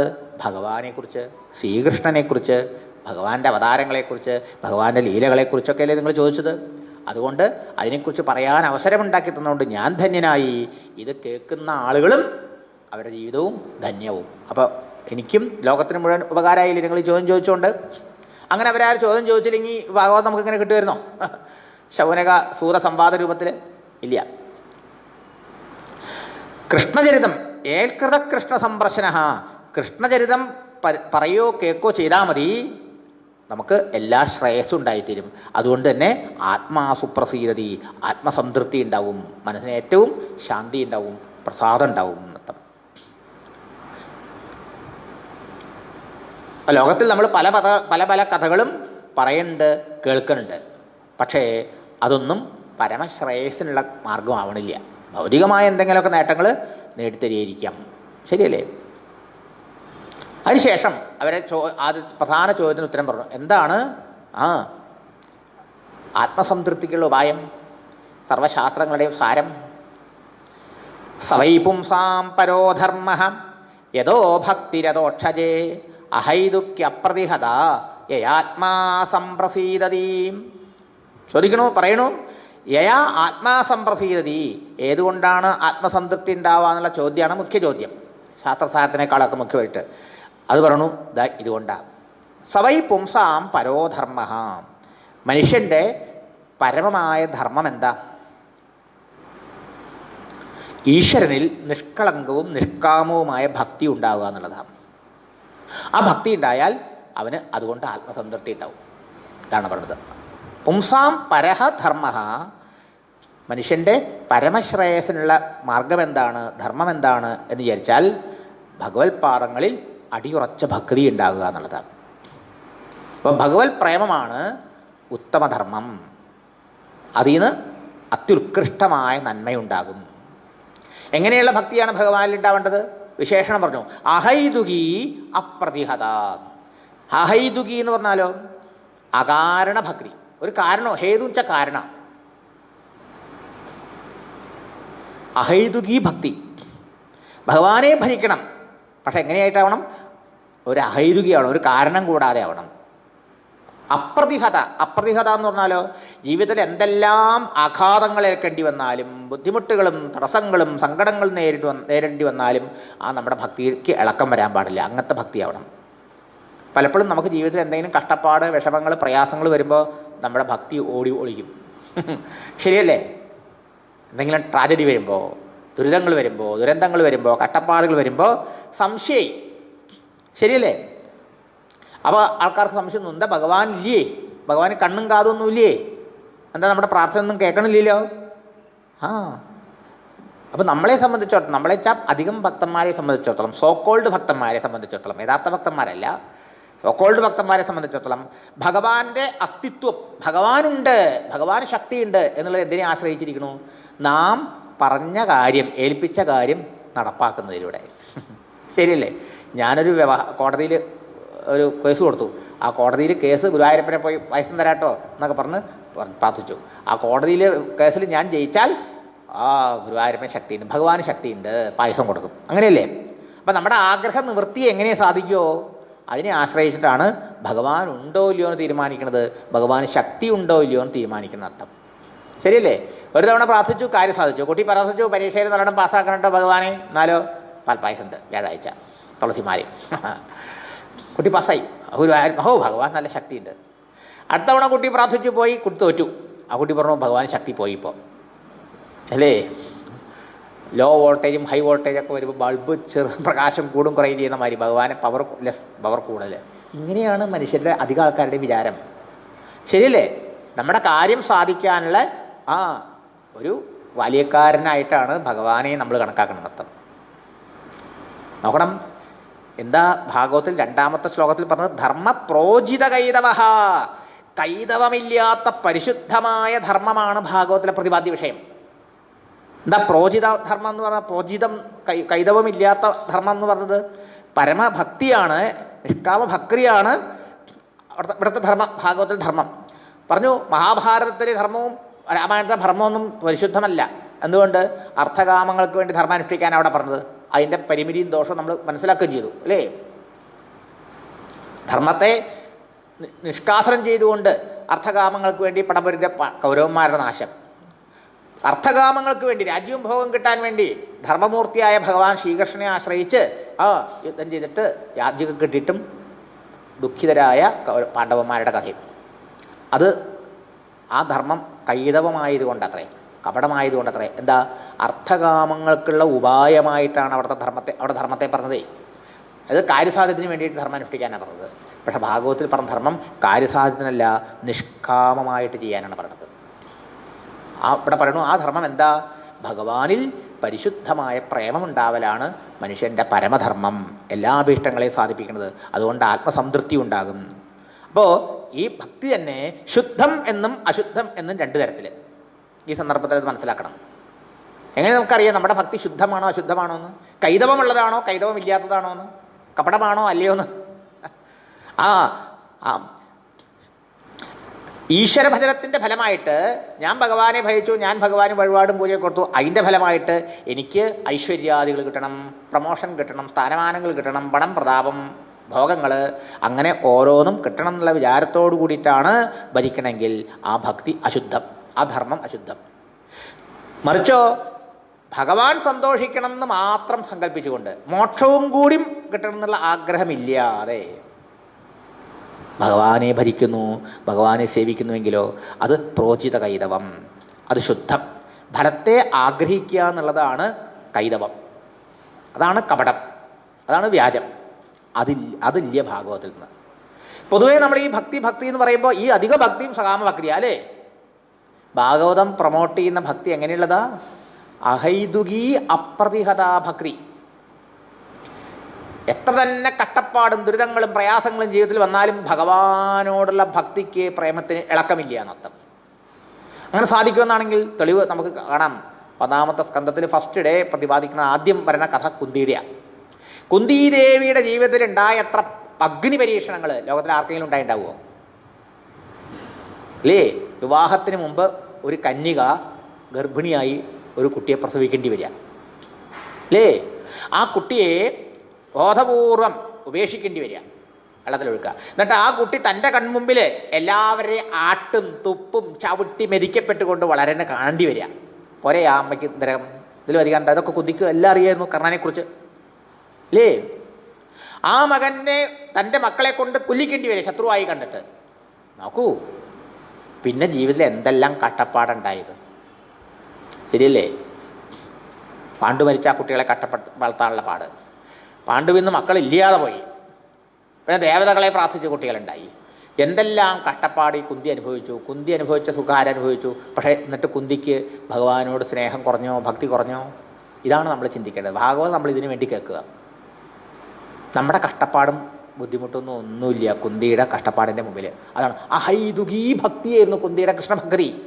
അതുകൊണ്ടാണ് കുന്തിക്ക് ആ ഭഗവാനെ സ്വന്തം ഹൃദയത്തിൽ ആത്മാനാഥനായി സാക്ഷാത്കരിക്കാൻ കഴിഞ്ഞു. ഭഗവത് സാക്ഷാത്കാരം കഴിച്ച ജീവൻ മുക്തിയായിരുന്നു കുന്തി, അല്ലേ? കൃഷ്ണ, ഇനിയും എനിക്ക് ആപത്ത് തന്നോളൂ, എനിക്ക് വിരോധമില്ല, പക്ഷേ നിന്റെ ദർശനം ഉണ്ടാവണമെന്ന് മാത്രമേ എനിക്ക് മോഹമുള്ളൂ. നിന്റെ ദർശനം ഉണ്ടായാൽ പിന്നെ അപുനർഭവ ദർശനം, പിന്നെ മാതൃഗർഭത്തിൽ പിറക്കണ്ടല്ലോ, പിന്നെ സംസാരത്തിൽ ജനിക്കണ്ടല്ലോ കൃഷ്ണ. ഇതല്ലേ കുന്തി പറഞ്ഞത്? സാധിക്കുമോ എന്നാണെങ്കിൽ ഇതാണ് ഭാഗവതം എങ്ങനെ പറയണു. നമുക്ക് ഈ പ്രോചിത കൈതവമായ ധർമ്മം എന്നൊക്കെ പറഞ്ഞാൽ, കാപട്യമില്ലാത്ത പരിശുദ്ധമായിട്ട് ധർമ്മം എന്നൊക്കെ പറഞ്ഞാൽ ആ ഭഗവാനിൽ നിഷ്കളങ്ക ഭക്തിയാണ്, നിഷ്കാമ ഭക്തിയാണ്, അഹൈതുകീ ഭക്തിയാണ്, ഏകാന്ത ഭക്തിയാണ്. ആ ഭക്തിയിൽ ഭഗവാനിൽ നിന്ന് എന്തെങ്കിലും കിട്ടണമെന്ന് മോഹമില്ല എന്നർത്ഥം. അതാണ് ഭക്തിയോഗത്തിൻ്റെ സൗന്ദര്യം, പരിശുദ്ധത. ബലകാംക്ഷ വന്നാലോ, ഫലം കിട്ടണമെന്നുള്ള ആഗ്രഹം വന്നാലോ നമ്മുടെ പ്രേമം ഈശ്വരനിലല്ല, കിട്ടേണ്ട ഫലത്തിലാണ്. വ്യക്തമല്ലേ? അപ്പം ഫലം കിട്ടാൻ, നമ്മൾ ഉദ്ദേശിച്ച ഫലം കിട്ടാൻ, നമ്മുടെ ആഗ്രഹ പൂർത്തിക്കുള്ള ഒരു ഉപായമായിട്ട് മാത്രമേ നാം ഈശ്വരനെ സ്നേഹിക്കുന്നുള്ളൂ, ഈശ്വരനെ കാണുന്നുള്ളൂ. അമ്മാതിരി ഭജനം അശുദ്ധമാണ്, കൈതവമാണ്. ഈ സന്ദർഭത്തിൽ മനസ്സിലാക്കണം, നല്ലതാണ്. നോക്കണം, എന്നിട്ട് നമ്മളെന്താ പറയുക, നമ്മൾ ഇത്രയൊക്കെ ചെയ്ത് കണ്ടില്ലേ ഭഗവാൻ നമ്മളെ പറ്റിക്കുകയാണ്, ഭഗവാൻ കണ്ടിൽ ചോരയില്ല എന്നല്ലേ നമ്മൾ പറയാം. വാസ്തവത്തിൽ നമ്മൾ ഭഗവാനെയാണ് പറ്റിക്കാൻ നോക്കണത്. നമ്മൾ പരിശുദ്ധ ഭക്തരാണെന്നൊക്കെ വിചാരിക്കും, നടിക്കും. പക്ഷെ ഭഗവാൻ അറിയില്ലേ നമ്മുടെ ഉള്ളിൽ എന്തൊക്കെ വെച്ചുകൊണ്ടാണ് നമ്മൾ ഭഗവാനെ ഭജിക്കണേന്ന്. അപ്പോൾ അഹൈതുകീ ഭക്തി, അകാരണ ഭക്തി, പ്രത്യേക ഒരു കാരണം കൊണ്ട് ഭഗവാനെ ഭജിക്കണോ, പ്രത്യേക ഒരു ഫലം കാക്ഷിച്ചുകൊണ്ട് ഭഗവാനെ ഭജിക്കണോ, ആ ഭക്തിയല്ല, ഭഗവാൻ സന്തോഷിക്കണം എന്ന് മാത്രം. അങ്ങനെയുള്ള ആ ഭക്തി ഉണ്ടായാലോ ആത്മാസംപ്രസീതി, അതുകൊണ്ട് തന്നെ ഒരാൾക്ക് ആത്മസംതൃപ്തി, ജീവിതധന്യത, കൃതാർത്ഥത ഉണ്ടാകും. അതെങ്ങനെയാ വഴിക്ക് പറയും.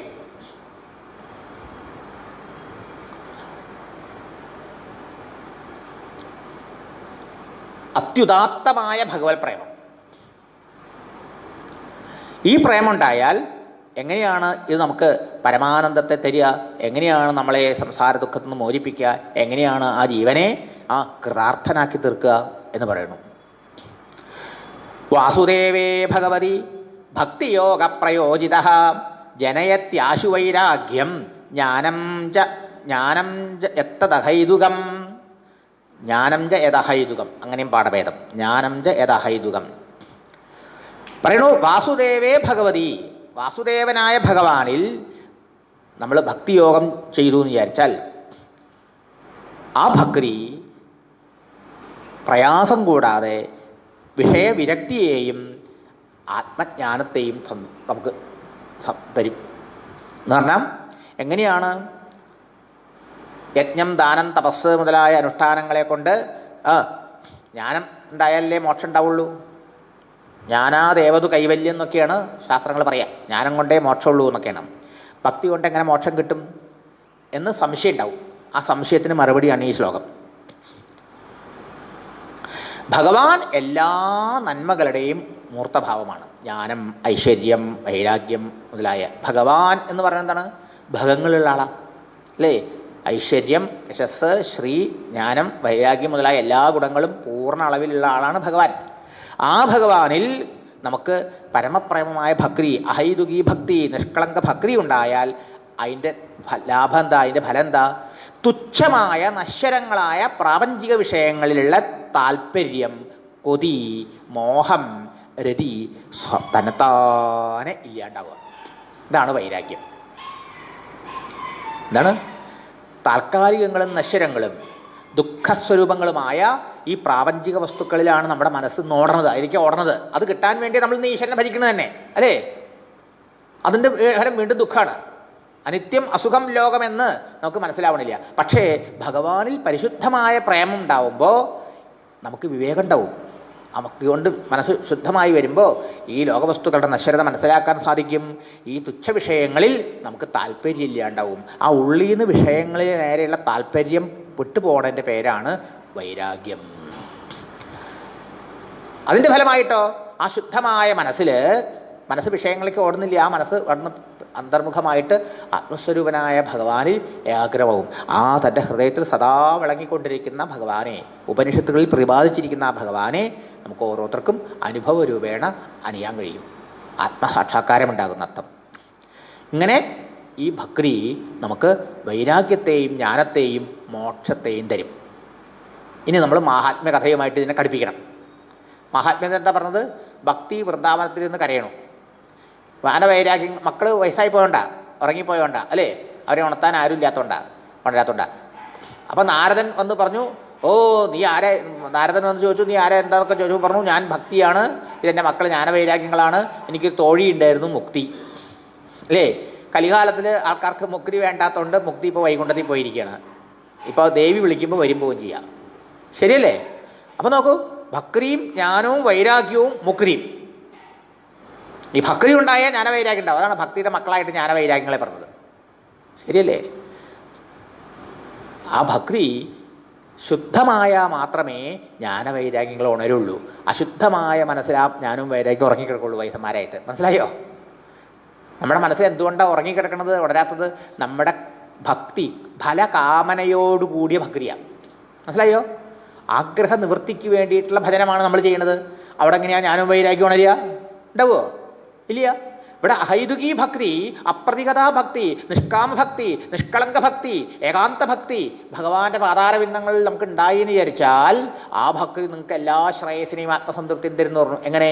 ഈ ഭക്തി ഉണ്ടായാൽ നമുക്ക് ഈ നശ്വരമായ പ്രാപഞ്ചിക വസ്തുക്കളുടെ നേരെ തോന്നുന്ന മോഹം, കൊതി, ഇച്ഛ ഇല്ലാണ്ടാവും. അപ്പോൾ സ്വാഭാവികമായിട്ടും ആ വൈരാഗ്യം ഉണർന്നു. ആ ഹൃദയത്തിലോ ഉപനിഷത്ത് പ്രതിപാദിക്കുന്ന നമ്മുടെ ഓരോരുത്തരുടെയും ആത്മാവാണ് ഭഗവാൻ എന്നൊക്കെ പറഞ്ഞില്ലേ, ആ ആത്മസ്വരൂപനായ ഭഗവാന്റെ അനുഭവം സാക്ഷാത്കാരം. ആ ഭഗവാൻ ആനന്ദസ്വരൂപനാണ്. അപ്പോൾ ശാശ്വത ആനന്ദം ലഭിക്കണു, മോക്ഷം കൈവരണു. ഇതാണ് ഈ ഭക്തി ജ്ഞാനവൈരാഗ്യങ്ങളിലും മോക്ഷത്തിനും കാരണമായിട്ട് നമുക്ക് ശാശ്വതമായിട്ടുള്ളതായ ശാന്തി, സുഖം, ആത്മസംതൃപ്തി തരുമെന്ന് പറയാൻ കാരണം. സവൈ പുംസാം പരോധർമ്മ. അതുകൊണ്ട് മനുഷ്യൻ്റെ പരമധർമ്മം എന്താണ്? ഭഗവാനിൽ അചഞ്ചലവും അകാമവുമായ ഭക്തി ഉണ്ടാകുക എന്നുള്ളതാണ് അർത്ഥം. വാസുദേവേ ഭഗവതി ഭക്തിയോഗ പ്രയോജിത ജനയത്യാശു വൈരാഗ്യം ജ്ഞാനം ജയത അഹൈതുകം. അഹൈതുകം വെച്ചാലോ കാരണം കൂടാതെ, പ്രത്യേകിച്ച് എഫർട്ടൊന്നും വേണ്ട, പരിശ്രമമൊന്നും ആവശ്യമില്ല. ഇനി നമ്മൾ എത്ര ജ്ഞാനശാസ്ത്രങ്ങൾ പഠിച്ചിട്ട് നമുക്ക് ജ്ഞാനം ഉണ്ടാവുന്നുണ്ടോ? എത്ര ഉപനിഷത്തും ഗീത നമ്മൾ പഠിച്ചിട്ട് നമുക്ക് ജ്ഞാനം ബുദ്ധിപരമായ ജ്ഞാനമല്ല പറയണത്, പിന്നെയോ അനുഭവജ്ഞാനം. എത്രയൊക്കെ തന്നെ പഠിച്ചിട്ട് നമുക്ക് വിഷയങ്ങളിൽ ആസക്തി പോകണ്ടോ? ഇല്ല. നേരെ മറിച്ച് ഇവിടെ ഭഗവാനിൽ ശുദ്ധഭക്തി ഉണ്ടായാൽ അതാണ് ശുദ്ധഭക്തി. അപ്പം എന്താവും? ആ ഭക്തി കൊണ്ട് വിഷയാസക്തി പോകും, ഭഗവത് അനുഭൂതി ഉണ്ടാവും ഹൃദയത്തിൽ എന്നർത്ഥം.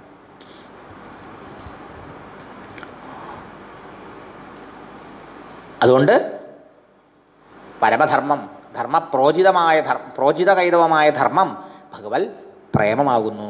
സർവാത്മാവായ ഭഗവാൻ ശ്രീഹരിയിൽ ഭക്തി ഉണ്ടാവണം. അദോക്ഷജേ എന്ന് പറഞ്ഞുകൊണ്ട് ആരാണ് ഈ ഭഗവാൻ? അദോക്ഷജൻ എന്ന് പറഞ്ഞാൽ അന്തര്യാമി എന്നർത്ഥം. അക്ഷം എന്ന് പറഞ്ഞാൽ ആരാണ്? അക്ഷം എന്ന് പറഞ്ഞാൽ ഇന്ദ്രിയങ്ങൾ എന്നർത്ഥം. ഇന്ദ്രിയങ്ങളെ കൊണ്ട് അറിയാൻ കഴിയാത്തവനാ ഭഗവാൻ. ആ ഇന്ദ്രിയങ്ങളെ പ്രവർത്തിപ്പിക്കുന്നവനാണ്.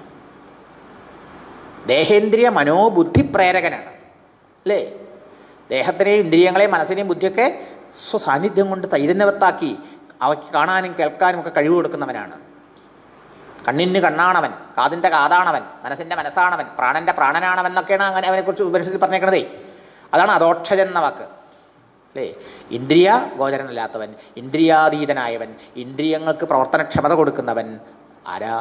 പരമാത്മ ഭഗവാൻ. നമ്മുടെ ഓരോരുത്തരുടെയും ഹൃദയത്തിൽ ആത്മസ്വരൂപനായി വിളങ്ങുന്ന ഭഗവാൻ. ആ ഭഗവാന്റെ സാക്ഷാത്കാരമാണ് എന്ത്? ശാശ്വതമായിട്ടുള്ളതായ നന്മ. ആത്യന്തിക നന്മ എന്താണെന്നല്ലേ ചോദിച്ചത്? അത് ആത്യന്തികം ക്ഷേമം പൃച്ഛാമഹ എന്ന് പറയുന്നത് അല്ലേ? That is absolute good for mankind. മനുഷ്യന് താൽക്കാലിക നന്മ, ഇതാ നല്ലൊരു ഉടുപ്പ് കൊടുത്താൽ കിട്ടി, കുറച്ച് നല്ല ശാപ്പാട് കൊടുത്താൽ കിട്ടി, വീടില്ലാത്തവരൊരു വീടുണ്ടാക്കി കൊടുത്താൽ കിട്ടി ഇല്ലേ? അതുകൊണ്ട് ആത്യന്തികമായോ? ഇല്ല. ജീവിക്കാൻ കുറച്ച് വേണമെങ്കിൽ കുറച്ച് പൈസ ഡെപ്പോസിറ്റ് ചെയ്തു പാണ്ട്, എന്നാൽ അതിൻ്റെ പലിശ കൊണ്ട് കഴിഞ്ഞു കേട്ടോ, അതൊക്കെ ചെയ്തു കൊടുക്കാം. ആയില്ല. ജീവിക്കാനൊക്കെ ഒരുക്കാം. ജീവിക്കണതിനായി ഈ സത്യം സാക്ഷാത്കരിച്ചില്ലെങ്കിൽ ജീവിതത്തിൽ കൃതാർത്ഥതയും ധന്യതയും ഉണ്ടാകില്ല. സവൈ പുംസാം പരോധർമ്മ യഥോ ഭക്തിരതോക്ഷജേ അഹൈതുകി അപ്രതിഹതായ ആത്മാ സംപ്രസീദതി.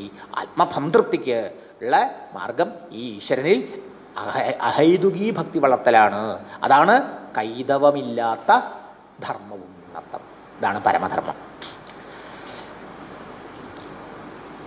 നമാമി നാരായണ പാദപങ്കജം കരോമി നാരായണ പൂജനം സദാ വദാമി നാരായണ നാമ നിർമ്മലം സ്മരാമി നാരായണ തത്വമവ്യയം. നാരായണ നാരായണ നാരായണ നാരായണ നാരായണ നാരായണ നാരായണ നാരായണ നാരായണ നാരായണ നാരായണ നാരായണ നാരായണ നാരായണ നാരായണ.